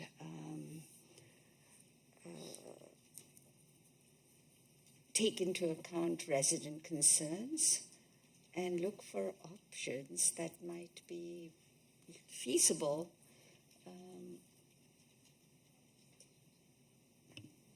if not totally endorsed by staff. you. I ask a question to clarify, I think, what we're talking about here. If I'm understanding what's being discussed, the motion or the condition would be something around looking at other options besides creating the U shape between Stanford Drive and Cuesta Drive. That would include some sort of, I guess it would be a westbound connection between down Westmont over the creek. Like, it seems like to me that has been discussed and analyzed, and it as part of the process already. That option has been deemed not the best option because of the impacts to the creek and the waterway. So what would we be asking? Would we be asking council to consider that again or to reconsider that? I'm a little confused. Just to clarify, yes, the staff is not supportive of Highway 1, I understand. We also discussed a connection on the west that would make a third street that was part of this grid. We're not traffic engineers, and we have to go with the current models that traffic engineers use, but perhaps a recommendation or suggestion that council look at the connection on the west. I think it's appropriate to understand if there are a majority of planning commissioners that are in support of Commissioner Dandikar's suggestion here, and if so, then I can recommend an approach. That'd be a good thing. We can check. That's a good idea. Commissioner Shorsman, did you wish to speak? Yeah, I might be the lone person in this, and I appreciate and empathize with all of the suggestions and comments that the community members have made in regards to some sort of Westmont, western or connection on the western portion of the property. But I tend to believe and agree with staff's recommendation on the U connection between Stanford and Cuesta being the best alternative for low traffic speeds, neighborhood impact, and also best option for pedestrian and bicycle access and speeds.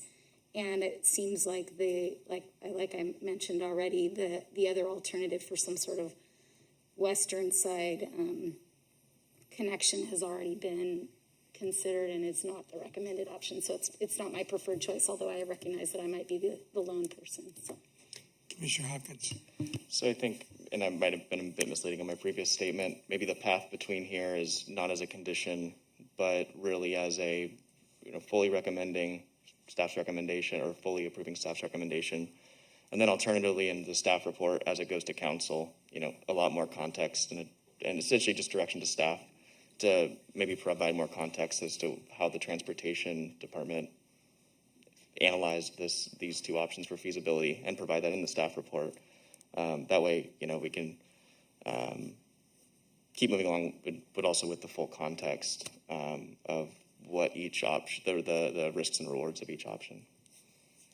So that's more of what I was thinking, not as a condition, but as a direction to staff, if everyone's in agreement.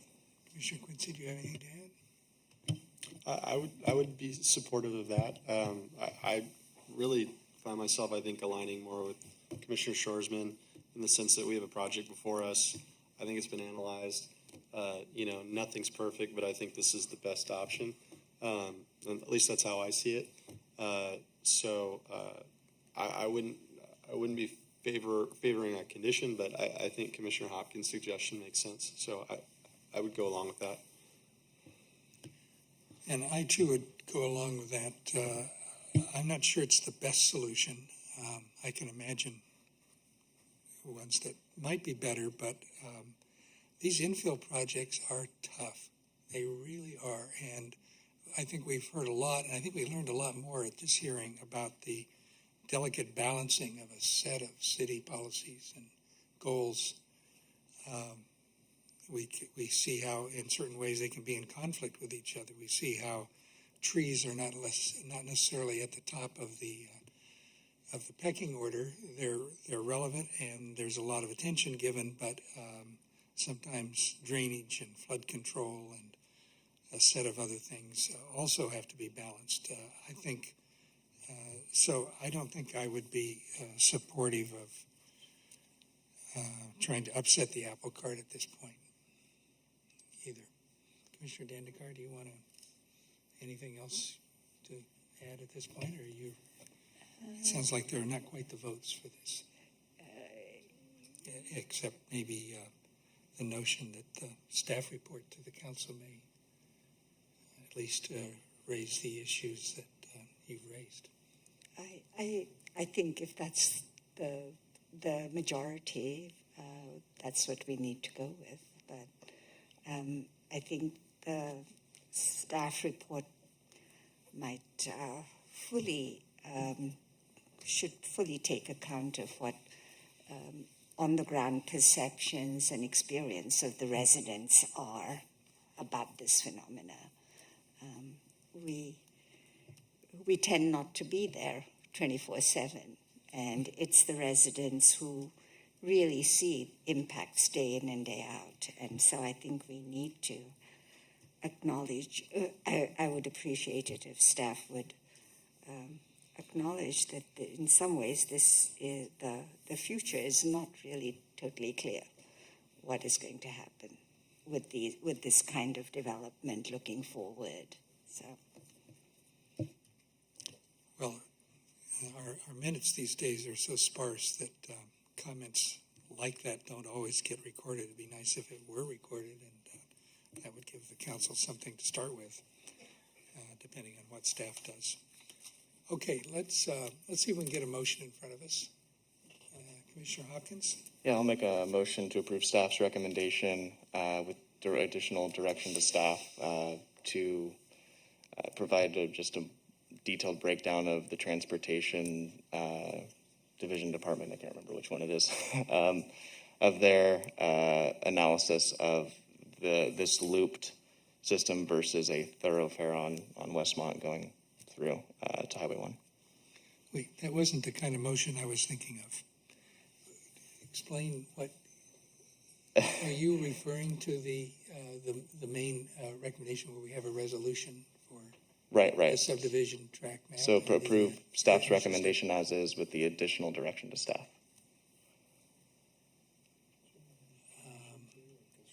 The question is, I'm not sure we can really add that to the resolution directly. That was what came up earlier. That was the concern. Oh, right. You're saying voting on it as separate. So I think I'll either direct. it's separate and then there's a question about how Thank the you. council Thank would you. do Appreciate it, that. or whether just our minutes ought to show somehow. Yeah, though we're clear on the direction, and we'll absolutely include that discussion in the council agenda report.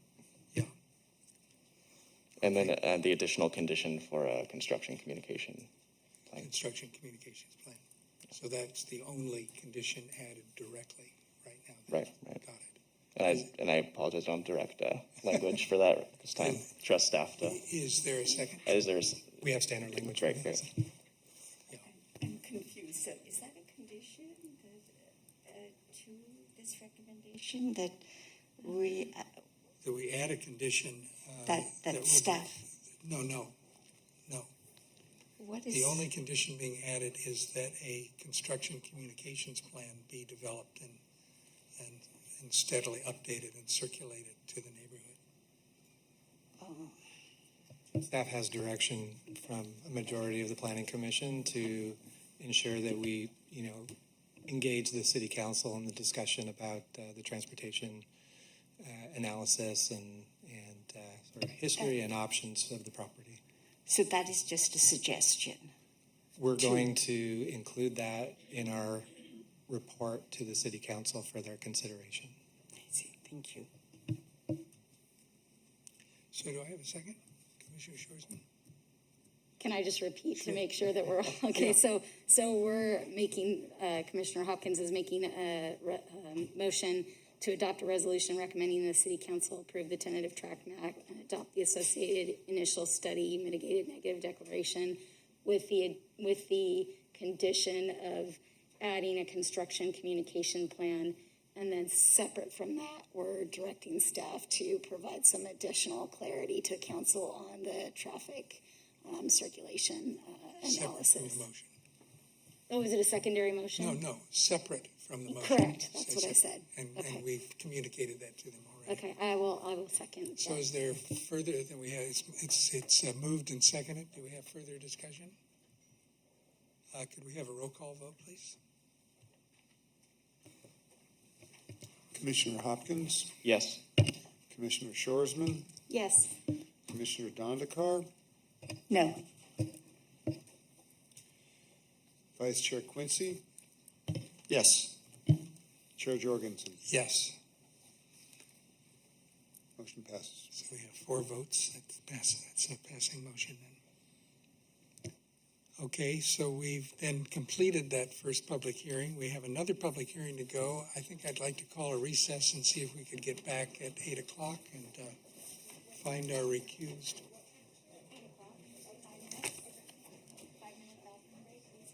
Yeah. Yes.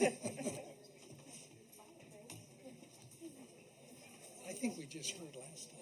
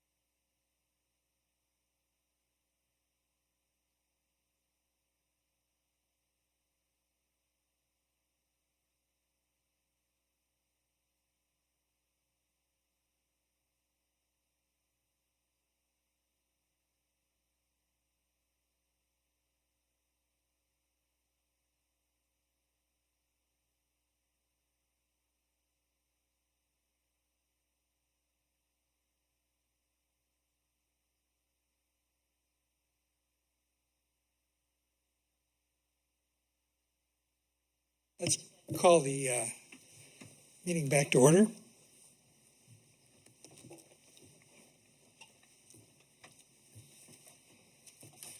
So I think we're back, and we have Commissioner Khan back, rested and healthy, wealthy, and wise, I can see over there. So our next item is the public hearing 4B on Aerodrive. Sorry, it's not in front of me. Oh, she didn't. She'll be back in just a second. We had 5 before, and we have 5 now. Let's wait one more minute for her. So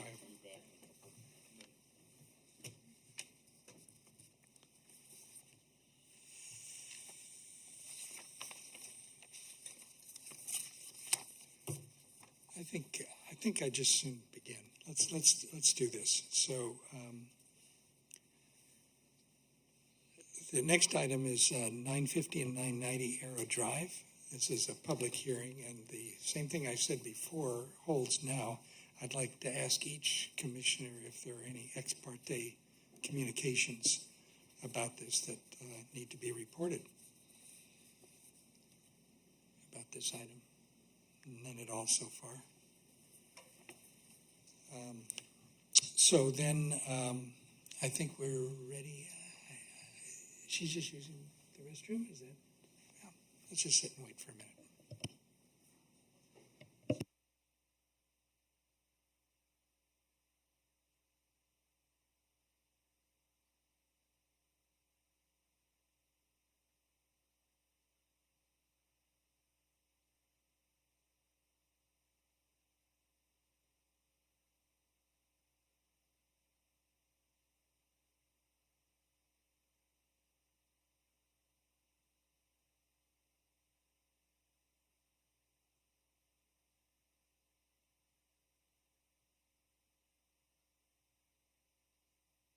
Now I'll reconvene the meeting, and we'll go to the item 4B, which is 950, 990 Aerodrive.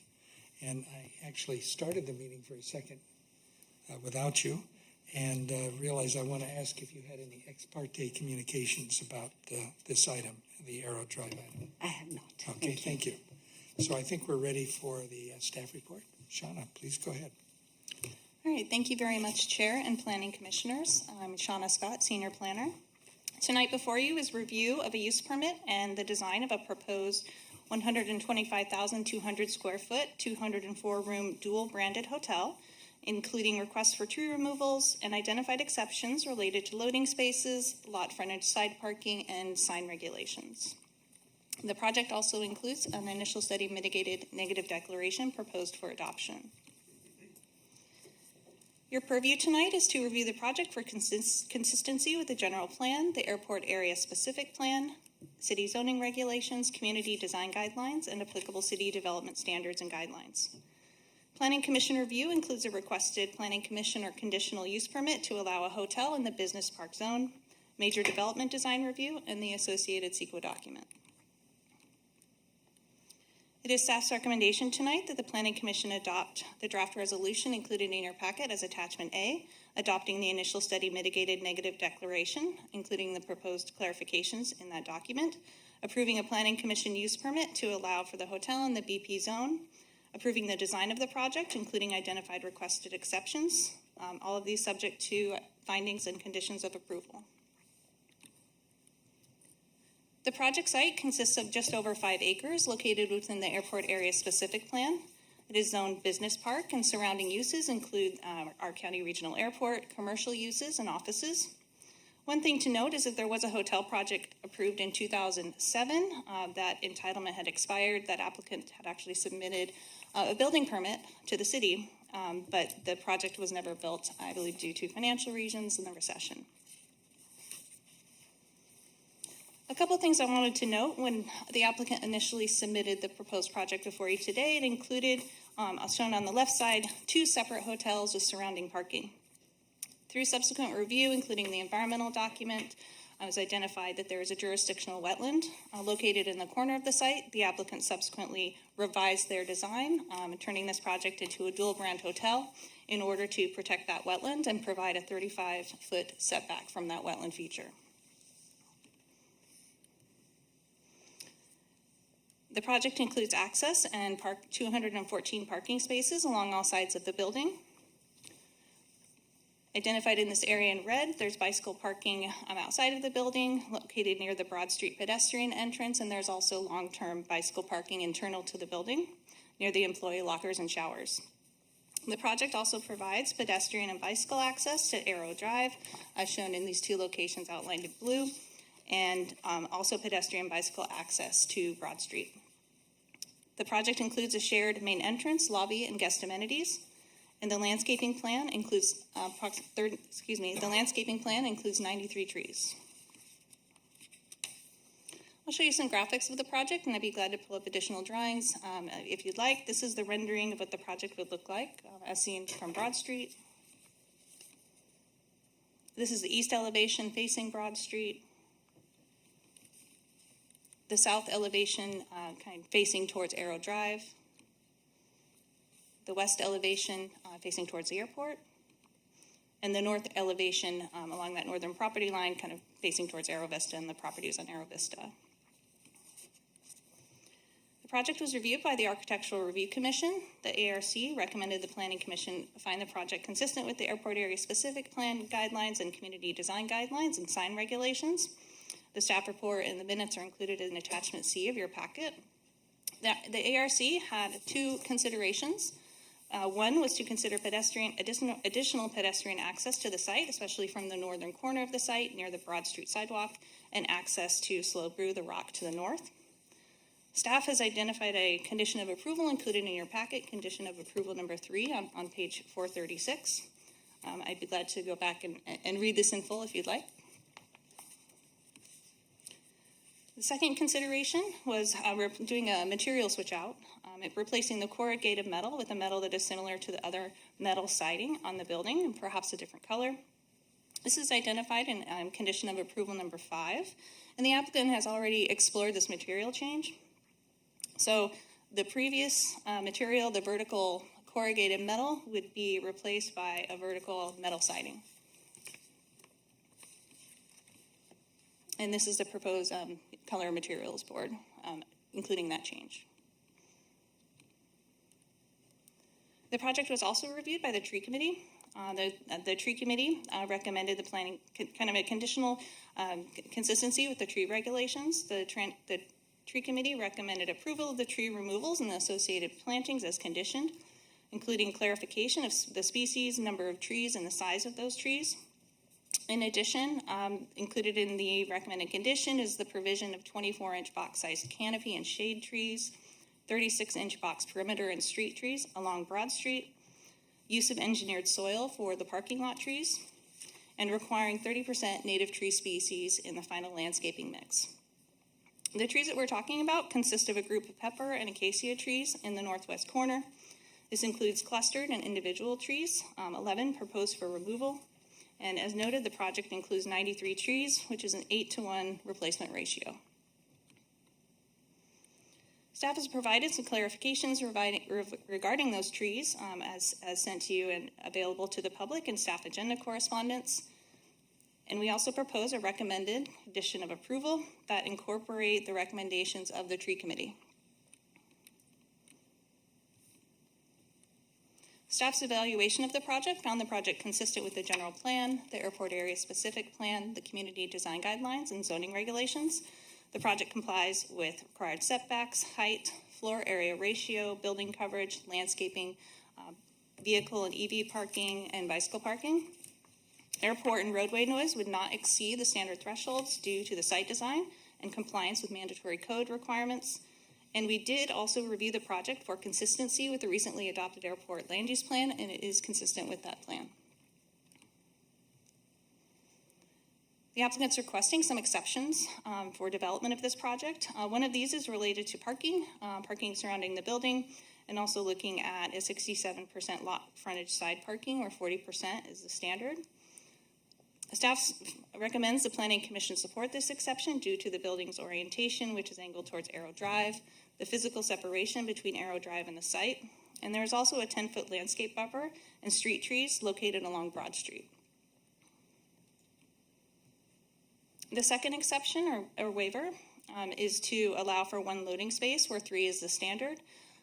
A waiver is allowed for in the city zoning regulations. This is supported by the nature of the proposed use, which consists of a dual brand hotel, the shared lobby, kitchen, laundry, and office areas. The applicants provided this information, noting that the additional loading spaces are not necessary to serve the operation of the project. The third exception is an exception to the city's sign regulations. 6 wall signs are requested, where 4 is the standard, 2 per tenant, and they also are requesting placement of some signage at the 3rd story of the hotel. Staff recommends support of this exception because this is a dual brand hotel, and this would provide adequate identification of the 2 connected hotels.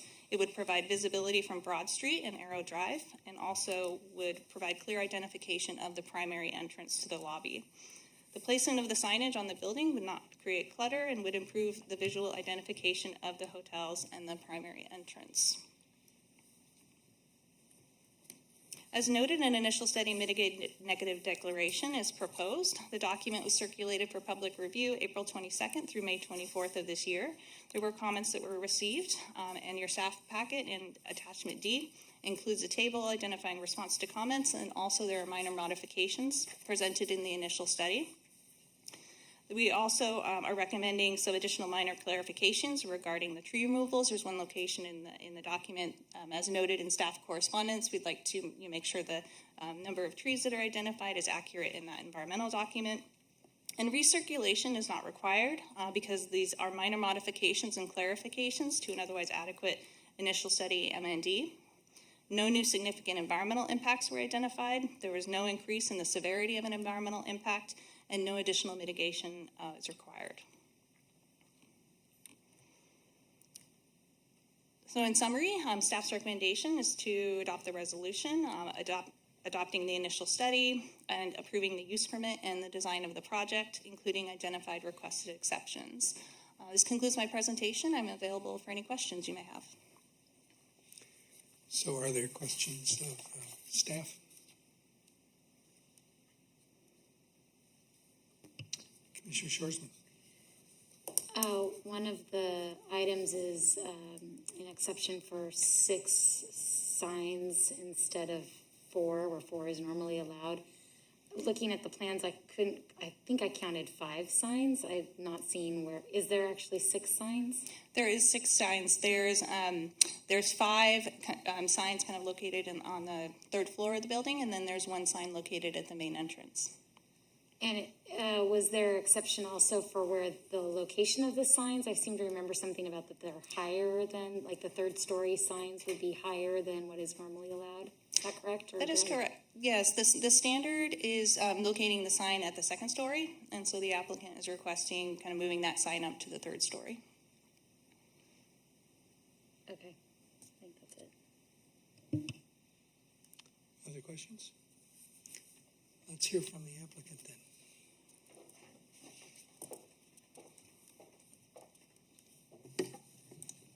Good evening, Commissioners. I'm Pamela Giardini, and I'm representing the applicant, Sanjay Gampole. We also have Tom Jess, who's the architect, and Monty Soto available should you have questions about architecture or civil questions.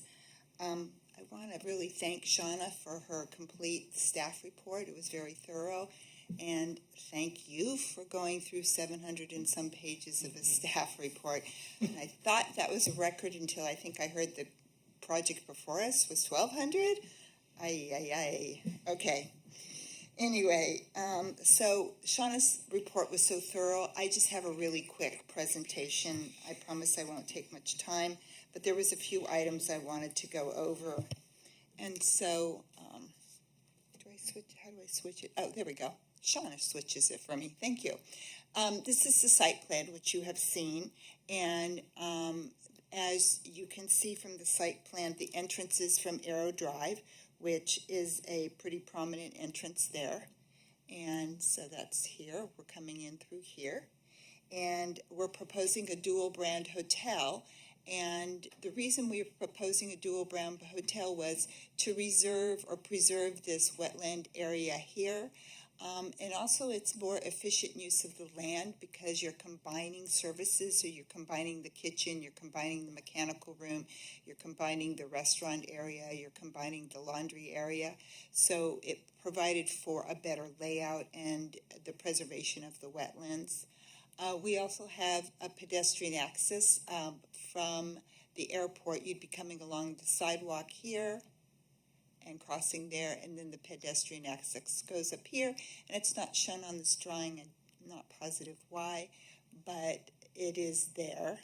And then there's also another pedestrian access here from Broad Street, and then the ARC recommended having another pedestrian access up here to go to the local businesses up above. The dual brand hotel is the superior site design, and back to this, the reason for the parking exception here is that the fire department actually required that we have this thoroughfare here all the way around the building so that in case of a fire they can get their trucks in there. And the other benefit too is that then we have some separation from Highway 227 to the building, which helps with the noise coming off of Highway 227. And so we're going to have interior noise reduction due to the construction, what was recommended in the noise study, but that does decrease the noise a little bit because of the further separation.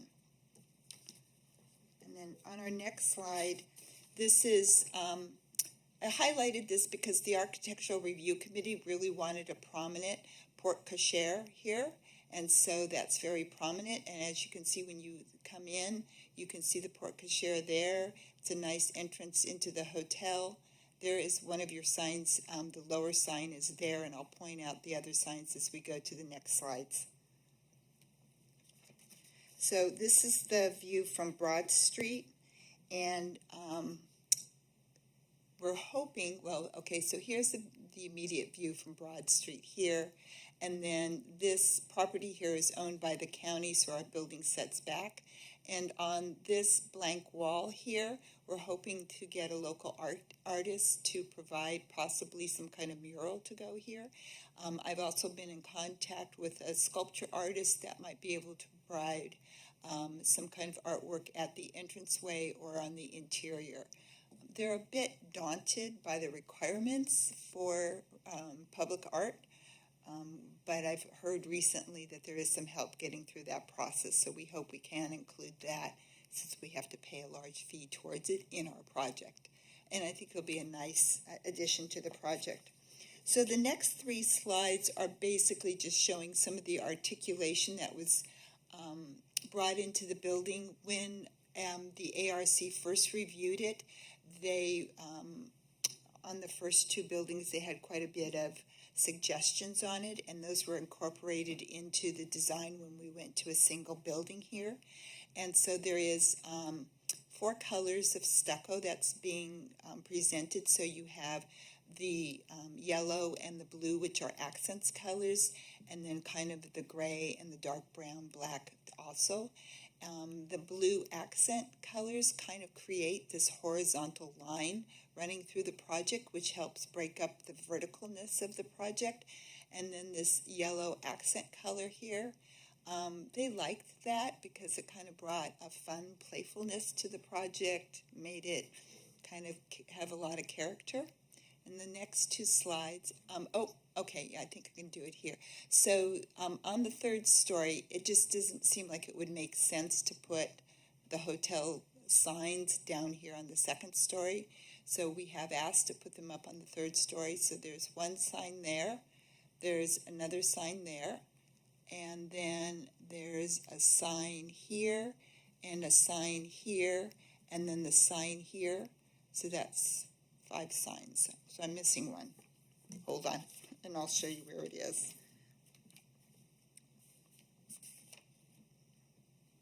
Let me see.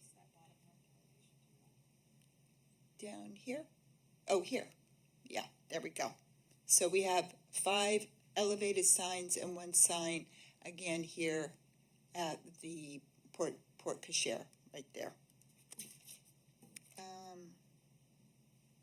The other thing I wanted to mention was the Architectural Review Committee was really pleased with the addition to the trellises and the metal canopies that brought some human scale to the project. So it was inviting close up.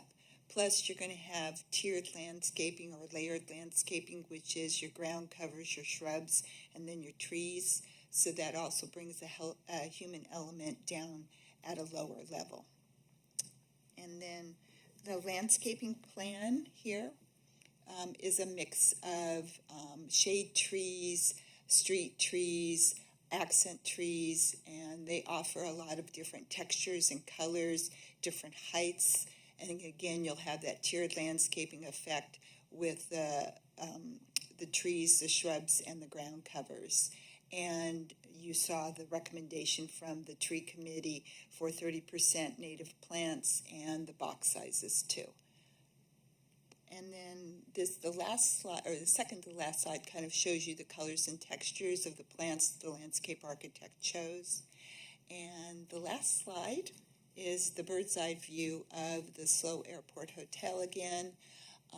And you can see the signage here for Broad Street, the signage here facing north. Again, the signage over here towards Broad Street. And that's my presentation, and I'm here to answer any questions you might have.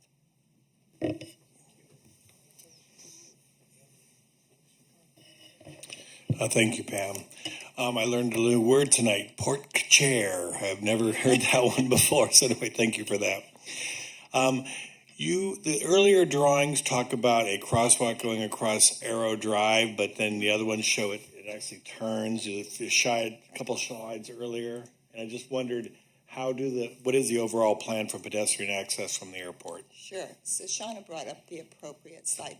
So this will not be included in our plans, and the reason why is this here, if you're looking at this little section here, is the old Aerodrive. So do you remember when you go down Broad Street and you used to turn right, 90-degree angle? So that was the old Aerodrive, and that was an offer of dedication to the public. So that still stands. It has not been abandoned. So we're able to take access through it to our site. Okay. Now, this part here, right here, I feel like we're playing war, Shauna. But you're actually helping. I know they can't see it on their screen. This part here is this line here denotes the county property where you have the parking on the other side. The county did not want this, airport management did not want this crossing here. They felt like people would walk through their parking lot across the way. So it's being taken out. Also, they wouldn't give us an encroachment permit to do that part either. So all the pedestrian access that is coming in here is through the old Aerodrive right-of-way, which has not been abandoned, across here and then up this way. Thank you. I agree with that. Because if you leave the airport, you try to walk through the parking lot and you don't know the area, you're just kind of meandering through a parking lot trying to get to the hotel. So anyway, I appreciate that. Thank you. If I could just add, it would be nice if the county would consider, it's a very obvious place for a path in between from the stairs and the ramp, right through it, and it would be useful for the airport as well to be able to advertise there's a hotel accessible, and it's certainly half the distance than going all the way around and crossing about 4 streets to be a pedestrian with your suitcase. The Architectural Review Committee is the committee that suggested putting that in, and we thought it was a great idea, but then the airport management didn't think it was a good idea. So the airport management or the county? Well, the county is airport management. The airport does report to them. Yeah. Interesting. Well, some other lifetime. Who knows? Other questions of the applicant? Commissioner Shoresman. Yeah, you mentioned, or actually Shauna, I think, pointed out where the bicycle parking is, both interior and exterior. I think it's in that far corner of the sort of at the corner of the L of the building in the yellow there.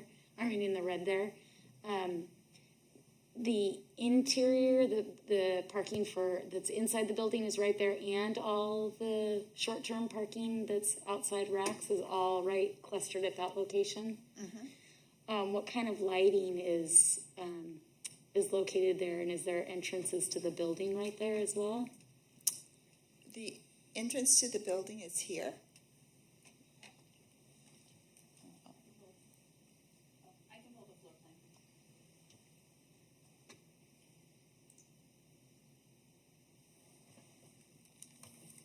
So that's basically, it would be basically outside the electrical and mechanical room there is where the bike parking would be? The long-term bike parking is up there. The short-term is more over here. I'm sorry, I'm looking at the wrong screen. Where's the, okay. That's long-term. Okay. And lighting in that area where there's bikes parked outside? What kind of lighting is there for nighttime picking up your bike and dropping We're it off? going to be probably held to like a night sky requirement, but I think your idea of maybe including some bollards around there or something that have lighting would be good. I don't think we've gone to that level of detail yet. Okay, thank you. But it is a good safety. Yeah, my recommendation would be to include some safety lighting so that people feel like their bikes are visible, as well as when they walk out there after hours and they get off work or what have you, that they can get to their bike safely and feel like it's well lit and protected. I might also recommend putting a couple of short-term bike parking spots at some of the other pedestrian entrances. Sometimes when bike racks are all clustered in one location, people don't necessarily know where they are, and so if there's a few others sort of scattered around, then they're easier to find. But, sure. Yeah, but thank you. Could I just follow up two questions, but about the bikes? How do bikes access that short-term parking and the long-term parking there? Where do they onboard? So they can come down, there's a bike lane on Broad Street here that they can come down and access it here. And then for them to go... At the entrance to the... At the entrance there. I see, so that opens out onto the street then? Yeah. That's not a driving entrance, though, or is it? No, yeah. no. Okay. And then to go north, they'd have to go down here to the stoplight, cross over the street, and go up this way. I see. And secondly, back to pedestrians, your laser pointer was circling way in the upper right-hand corner, for pedestrian access to... It's not shown on this drawing. To Aerodrive, Aerovista Drive. Right, so ARC had put in a recommendation that we include a little pedestrian access to the local businesses just north of this site. So there was a little additional pathway put in. I see. We just haven't seen it yet. No, I thought it was just on looked like, when you were showing it in a minute, it looked like you were circling right at the corner of Broad Street, and that was an Impossible Burger. You could do anything.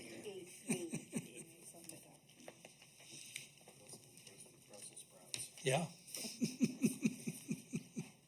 If you go back to my slide, the site plan for my slide shows it.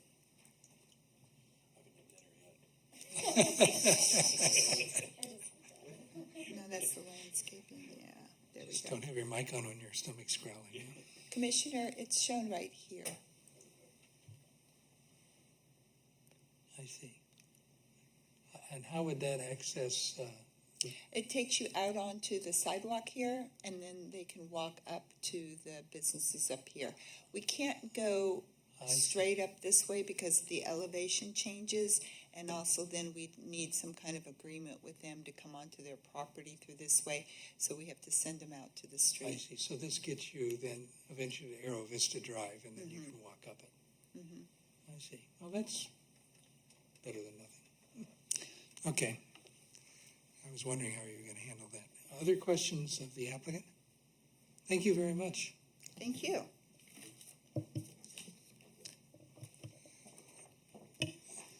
Kevin, do we have any public speakers? We don't. We have applicants, all applicants, nothing but. Then in that case, I'll bring it back to the commission for deliberation. Mr. Khan. I have some comments. First of all, I'm very happy that an airport is having a hotel. I think it's a great use. Welcome visitors into the town that don't want to come into San Luis Obispo, but just want to stay overnight at the hotel. So I'm glad about that. There are a couple concerns I have. I appreciate the background of why the driveway is located where it is, but what happens with the new driveway, it doesn't line up with the road that's across the street. So what happens when someone's turning a left out of that road, and someone's turning, a left out of the driveway, and they're turning a right out of the road, there's a potential for conflict there. So you always try to make driveways and roads line up, but because of the right-of-way issue, I don't see how you would do that.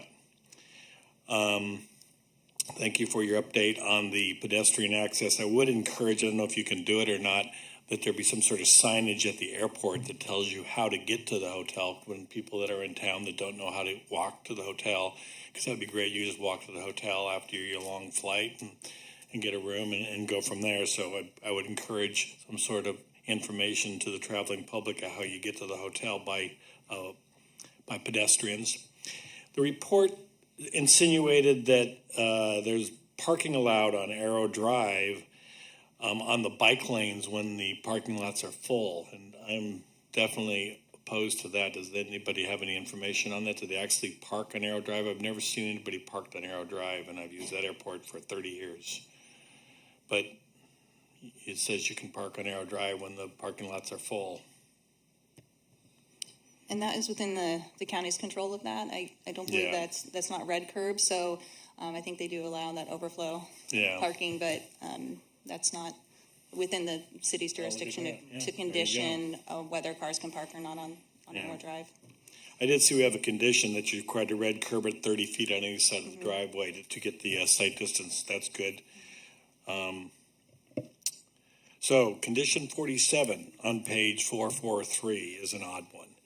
It says that it's recommended that when eastbound traffic on Aerodrive approach Broad Street, that there should be a sign that says restricted left-hand turns during PM peak. So first of all, most vehicles don't know what a PM peak is, so they wouldn't know what the sign meant. And as you get there, that means you get to Broad Street, you're not supposed to turn left in the evening. Supposed to turn right. Well, if you're going left, you're going to have to turn right and then go down Broad Street and find somewhere to flip a U-turn to go left. So I found that condition 47 on page 443 kind of, you can't really do much with it. You either need to tell the traveling public you can do this or you can't do that. They need to be told. So I'm a little concerned about condition 47 on page 443. I'm sure it's out of the traffic report. They probably have some issues during PM peak with left-hand turning movement out of there. I'll just throw that out for discussion. And then I support the condition where they're required to put a right-hand turn pocket off of Broad Street onto Aerodrive to get vehicles off of Broad Street and in that turning movement as volumes increase to going to the airport. So that's a good idea. And then as last comment I have is a suggestion. You have that big piece of property in front of the hotel. I know the hotel owners aren't in control of it, but that would be a beautiful piece of property to landscape to welcome people to San Luis Obispo and look a little prettier. Right now it's just a big old barren piece of dirt and has been for years and years. So I just want to throw that out there for discussion. So really, based on all my comments, the only thing I want to bring to some sort of resolution is condition 47. It just seems like that's, you shouldn't put a sign out there that says no left turn on PM peak because no one's going to obey it. I think whenever I've seen those signs, it's usually, no left turn between 3 and 6 p.m. The hours are specified. Right.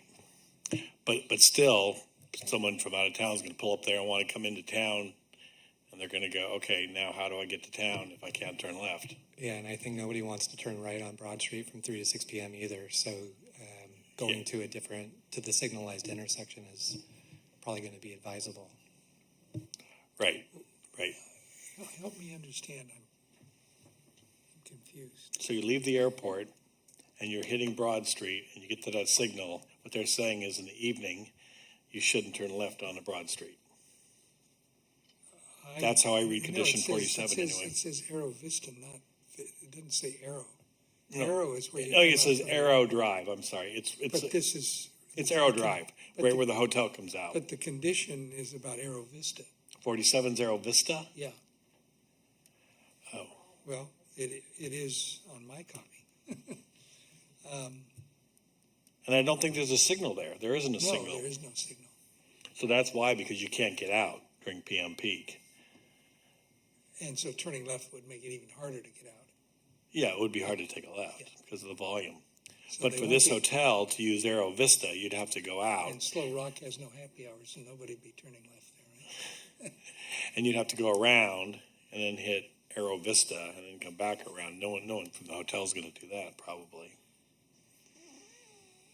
Right, they're going to go to the signalized intersection. Right, they're going to go signalized intersection.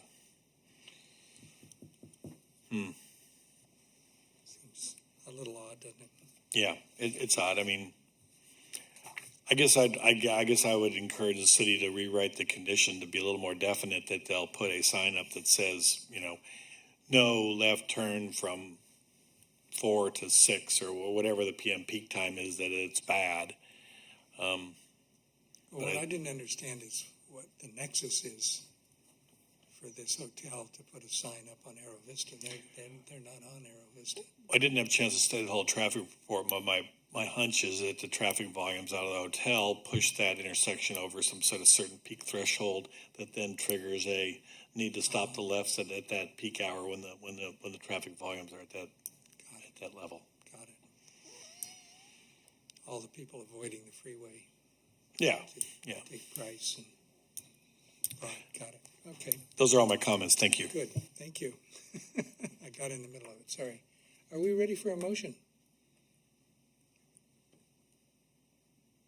Commissioner Khan, looks like you're up. Sure, I'll make a motion. Voice is ready, you're rested. Yeah, exactly. I'll make a motion to approve the project as recommended in the staff report, with a recommendation that condition 47 be amended to specify the time frame which no left turn is allowed from Aero Vista Drive on to Broad Street.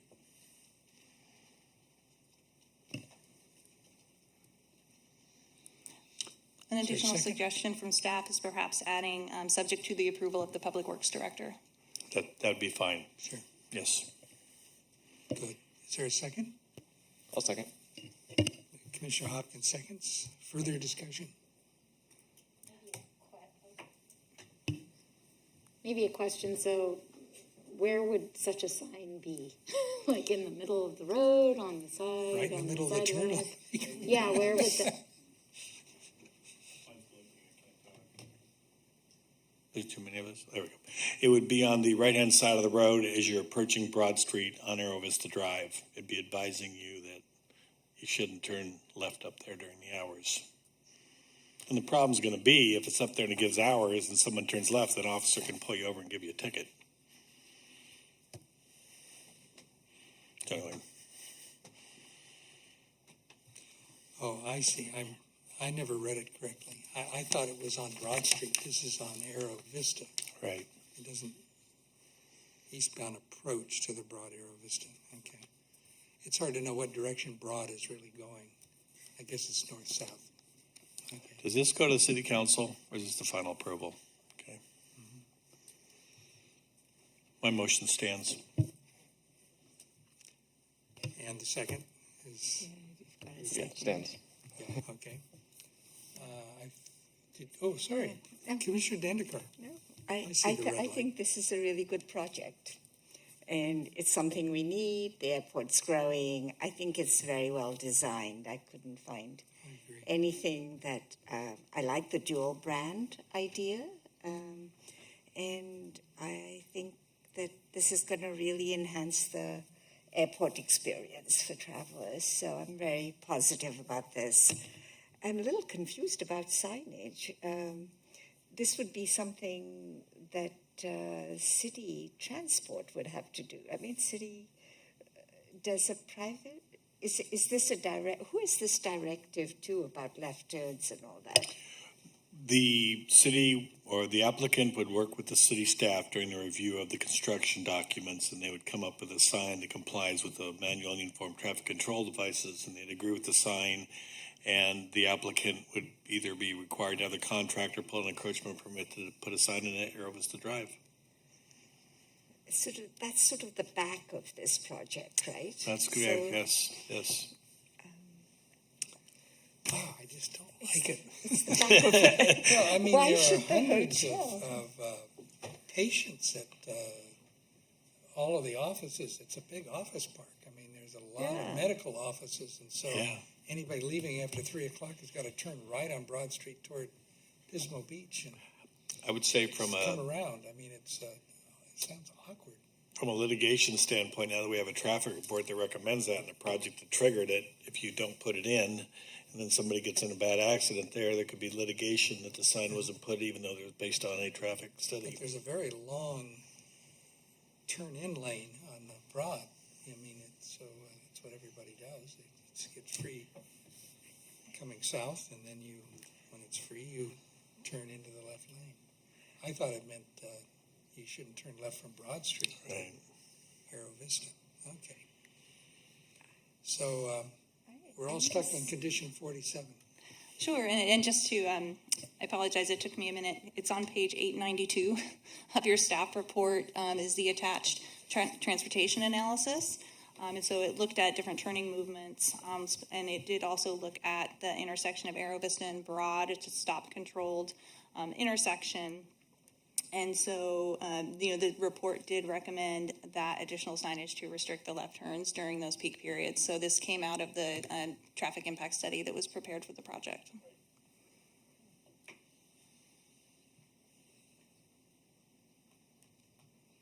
Do we have any sway over anything like that, or is it a done deed? We're going to find something we have sway over before we're done. In the rewriting of the condition, could we put in there that the Public Works Director will review condition 47? How about say you're going to do that if approved by the Public Works Director? So there's a chance for Public Works staff to review the condition and see if because I'm sure they agree with the odd wording of no left, in PMP. That's Right, and just to give a little background, all of our transportation studies are done by consultants directly to city staff. So, no traffic study you see would be done by somebody hired by an applicant. So these are all prepared under the supervision and oversight of our transportation planners and transportation engineers. I think adding that additional clarification subject to the approval of the Public Works Director provides that opportunity to look at the site a little more in detail. And I appreciate the additional clarifications about being really specific on the signage and identifying those hours when the left turns would be prohibited. right. I'll add that to my motion that the Public Works Director review and work on it. Second? The second agrees. I think we're ready to vote, are we? Oh, no, Commissioner Dandekar, sorry. So I learn all the time on this commission. So this condition allows the city transportation department to get a share from the private sector to do a signage that's important for circulation. Is that right? It's just a clarification question. Sure. So this is a question if this is a requirement of the city or a requirement of the applicant. This would be a requirement of the applicant. So any signage that they propose would be reviewed through those improvement plans submitted for the project. I see. Thank you.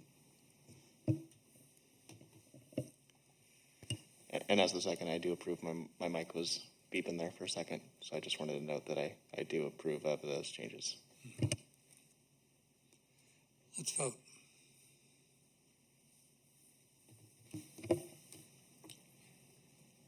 Commissioner Khan? Yes. Commissioner Hopkins? Yes.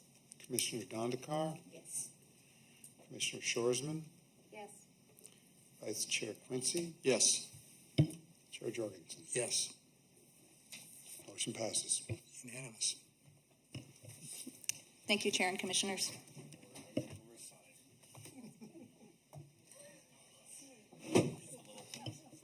So are we ready for staff updates? All right.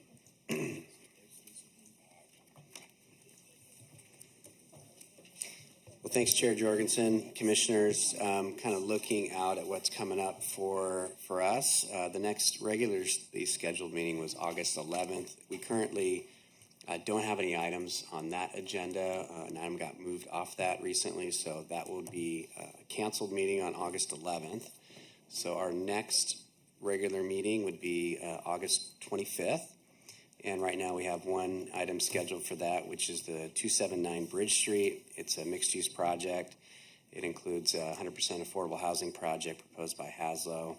Includes 94 low-income units and about 1,000 square feet of commercial. We don't currently have any items scheduled at this time for the September 8th meeting, so we'll kind of wait and see, kind of hold that until there's something might fall on that agenda.